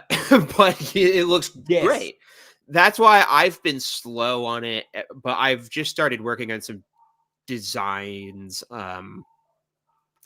of like potential like shirts and shit. Just like because the only justification in my mind is like if I can make something cool that I would not feel embarrassed to wear because we're among friends here. A lot of those Lloyd shirts look bad. And should not be worn. I didn't want them to be like that. Mine. So yeah, I want shirts that people feel confident wearing in polite society. And your products look good, sir. I appreciate you sharing this. Thank you in the free market. Honestly, I just wanted stuff that I want that I could wear. Yeah, and while I was putting stuff together, I was like, you know what would be hilarious? Just putting like a cross in JW.org and making it look like and undistinguishable to the naked eye, to like a Christian t-shirt, like a Christian t-shirt, like one of the most generic Christian t-shirts that you can look that you can wear, because it would be very offensive to Jehovah's Witnesses for their superiority complex. Like you're not insulting them or anything. You're just poking at their superiority complex because they feel like they're above that, and poking at their superstition because they're very superstitious. So I feel like that's the right way of making Jehovah's Witnesses uncomfortable. And it's the cold blasphemous shirt that I'd like to wear, even if I wasn't making it. You have a certain sense of like rebellion that I'm jealous of, and that like there's something kind of like I really had an immediately negative reaction to seeing JW.org on a cross, and then that was like that was the point. It's brilliant. It's so good. Sorry, we're just like jerking off your own designs. Get over yourself, Caleb. Yeah. I wanted to ask you what your thoughts were like in the year, like actually, like not on my merch, but you wanted to go on my merch, so I'm like, I would just talk about my merch then. No, but what are your thoughts of the year? Do you think that that I'm correct, like my assessment is correct, and this is the most eventful year? Or does that feel like the most eventful year just because we covered the crap out of it, and because this was the year that I decided to to cover it, so it obviously looks very eventful to me? What do you feel? You've been in this sphere for longer than me. In terms of the year, that's what you asked, right? Sorry, I got a text and I got distracted. So yeah, I do think the year is really significant. Like even if it was just like Anthony Morris was for some reason like seemingly removed and we had no idea why, like that would still be like the craziest thing that's happened in years. Yeah. But it's a lot more than that. And usually I think something that can be like a negative thing about like if you're like processing your XJW journey, I don't know how positive it is to keep up with like all the tiny little changes that they do that don't really matter. Like it's easy to get roped into that, but there's a lot of like really big things that are like interesting to chew on. And I think it's been really fun to analyze it. I think we've had a lot of fun talking about it because it really highlights the absurdity of a lot of their doctrines and the kind of lack of planning that they put into things. Like to some extent, it takes planning to build a building, but they know how to do that. But like when it comes to these decisions where you can just clearly see this, like bring in 2 guys, Anthony Morris is fired to do all these doctrinal changes as soon as he's out the door. Like, it does not appear that this is a group of Machiavellian geniuses who like are master manipulators. Like they're really not. I think that these are fundamentally stupid people. Like these men are stupid in the biblical sense that they would use it. These men are proudly uneducated, have spent decades living in a cult compound and get to a leadership position by being yes men. They're not smart or worldly in the dictionary sense of the word. Like they don't have any sense of how the world works. They don't understand real people, and they're making it up as they go along because they get appointed, and then they have to make this ridiculous machine work. I don't know. I think that what's been interesting is all of these changes just highlight how totally fragile it all is in scattershot, and like it's just they're making up shit as they go along. And it's not just that they're making up shit as they go along, but there's no direction, because all of these changes piss off different parts of their Jehovah's Witness audience. Like there's many changes, but it's not like they're building up towards something. Like it's not like all of the changes are cohesive and are going towards like a specific plot. I feel like if anything, the changes just piss off every single Jehovah's Witness. Like it's just made to piss off every single one, like all of the changes. So it feels like they are in trouble, because that's when you change things, but they don't know what to change. So they're just changing things, trying to fix things, because they don't even know how the Jehovah's Witness became the religion it is. They don't know how to attract people anymore. Something that was brought up in one of these like cult documentaries that came out this year that we watched recently, and I'm sure it's in like Stephen Hassan's book, is that like that hot and cold. I'm sorry, this book? Wait, yes. The constantly fluctuating hot and cold and keeping people off balance is a manipulation tactic as well, because people can't get comfortable. You're constantly on edge. They can at certain times emphasize like the end is really, really close, really, really close. And then they can give breathing room. And then the next day, like beards aren't allowed. Next day, shave them or we'll cut your heads off. This is a hypothetical. But like that kind of, it's probably a more natural byproduct of them not being very smart or good at what they're doing. But there's also like, in terms of indoctrinating people, it's a manipulation technique for cults to do this kind of thing. Yeah. Honestly, it's just, I feel like my head is so much bigger than yours.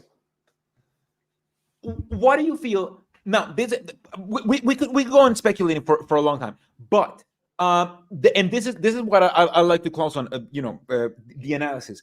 What do you think is spells for the next year, 2024, for the Jehovah's Witnesses? Do you think it will be this eventful? Do you think they will keep losing members? Do you think there will be this beard thing is going to be enough to retain members for a while? What do you think is going to happen next year? Because we're seeing a lot of changes, but in 2024 is when we'll see the effects that these changes had in the general Jehovah's Witness population.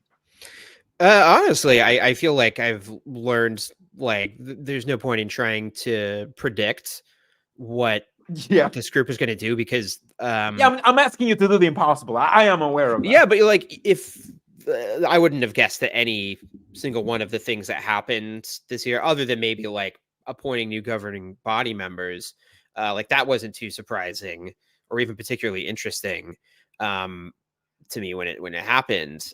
Yeah, I think that what will be interesting to see is if they keep up with this pace of like changing stuff. Like how backlogged are they on changes that they've wanted to make to the organization? That Tony Morio posts, you know, and it might And they're like, not be anything else, but I don't know, maybe there's more. Yeah, are they? Oh, damn it! Are they done? Is basically the question. Spewy, shut the Yeah, the are they up. gonna like give it a rest a little and kind of get back to business as usual? I guess I don't know. That will be interesting to see. I think the other thing that will be interesting is like how they react to all of these court cases that are happening. I think that there's a lot more critical coverage about them, which has been really positive to see. So I think that just as they are unpredictable, you never know, like if somebody's working on some documentary that could just show up one day and totally kick their ass. Like the most reporting kind of shows up one day and blows your mind. So like they're constantly walking this edge of like worrying that there's going to be some damaging report that fucks with them. I mean, they reacted to the Rebecca Vardy documentary by removing 2 of the clips. Like by panicking, they react by panicking and trying to destroy the evidence. Like little babies. So yeah, well, before we close, let's just put it all in a neat little bow. And I want to ask you, what do you have planned for 2024? Because 2023 was a huge year. What do you have planned for 2024? How are we gonna take down with the Watchtower? I'm not. I'm going to do that by maybe focusing less on Watchtower on the channel. No, I want to like. I mean, in terms of like what I'm doing for the channel, I'm going to definitely broaden out more from just Jehovah's Witnesses. Although still, that is very nice. That's so cute. Somebody mentioned them. I had to. These are not as nice though. Like these were a little bit late. But this is the right hand. I can't. I'm not as good. But yeah. So sorry. What were you? I interrupted you too, Sean. Oh no. I'm gonna try and broaden out, and I've really had a good time focusing on like their rhetoric and the way they use words is really interesting. And so focusing more on like topics instead of like week to week stuff for the channel. And then personally, I've been in a really positive space like the last month or so, and I just want to keep on trying to keep the good times rolling. Like we're like most people got a lot of problems in the world, we struggle in certain ways, but like I don't know, we're super happy and chill, and despite all our problems, things work out. So I'm just trying to not have this year be insane and dramatic. Honestly, I don't want to jinx it, but I hope 2024 is a good year. I am excited for 2024. Yeah, what a nice thought. Yeah, I mean, there's a lot of things that are happening against the ex-Jehovah's Witness community, and I mean against the Jehovah's Witnesses religion, I should say. And I kind of, I wanna be around. Like things are happening, and I wanna be making videos. I wanna be reporting on this. So yeah, I can't cause things to happen, but at least I can use my small platform to like inform everybody. Hey, these are the amazing things that are happening. So I don't know. Like I at this end of the throughout the year, I was like, should I keep making videos about this or not? Because I see like Harrison leave or in a better example, a self-aware NPC leave, and I'm like, maybe I should do the same thing. I'm not saying that they shouldn't have done it or whatever. I'm just saying, if it was good for them, should I take a break? It's also or whatever. good for me, But no, I feel like I've been talking to someone who's becoming a producer and volunteer, and who's gonna help me out hopefully to put some interviews together. I want to do some, like, I think that I want to keep reporting on this, but I think like we can probably do something more. I feel like maybe I can put together something for people to get better therapy, or to inform people on how to treat Jehovah's Witnesses who are looking for therapy, because not a lot of people know how to do it. Yeah. Even psychiatrists, they don't know how to deal with cult indoctrination. So I've been thinking about doing a lot of that stuff, and going deep into how the cult indoctrination first works, and then how to actually help people, those who are coming out of the Jehovah's Witness sphere, because I feel like people are starting to wake up. We are seeing like all of these changes signify that they're losing members, and we could focus on why they're losing members or whatever, but we should also focus on making sure that those members who are waking up, they have something to help them. They have a community, they have content, they have mental health. So I want to take care of them. I want to help. I want to find out a way to help them, and I think I have a few ideas. So I'm very excited about this. I'm really excited about next year, and I just want to thank everyone who supports us. Obviously, you have a Patreon, I have a Patreon, and people support us, and it does make a huge difference. It's great. So I think if you want to see that, yeah, you're clearly psyched. I think like what my life advice is just to follow the fun, like whatever is like fulfilling you, as long as it's not hurting anybody or weird, or as long as I don't like it personally, me, then it's fine. Yeah, that's the message. No, but like just do shit you enjoy. It's nice. Exactly. And if you're having fun doing it, then do it up, buddy. I don't know. And sorry. With that's how we're gonna close the year. That was the last live stream of the year. That was the last live stream of this room, even though like nobody cares about that except me. Like I'm the only one who cares about this room. So thank you so much. This was an amazing year. Thank you so much, Jake, for joining me. Obviously, people should subscribe to you, even though all my subscribers are already subscribed to you. But if anyone is not, go ahead and subscribe to Jake and support Jake. And thank you so much, Jake. Have I said Jake enough? I don't know. But yes. We're excited about next year.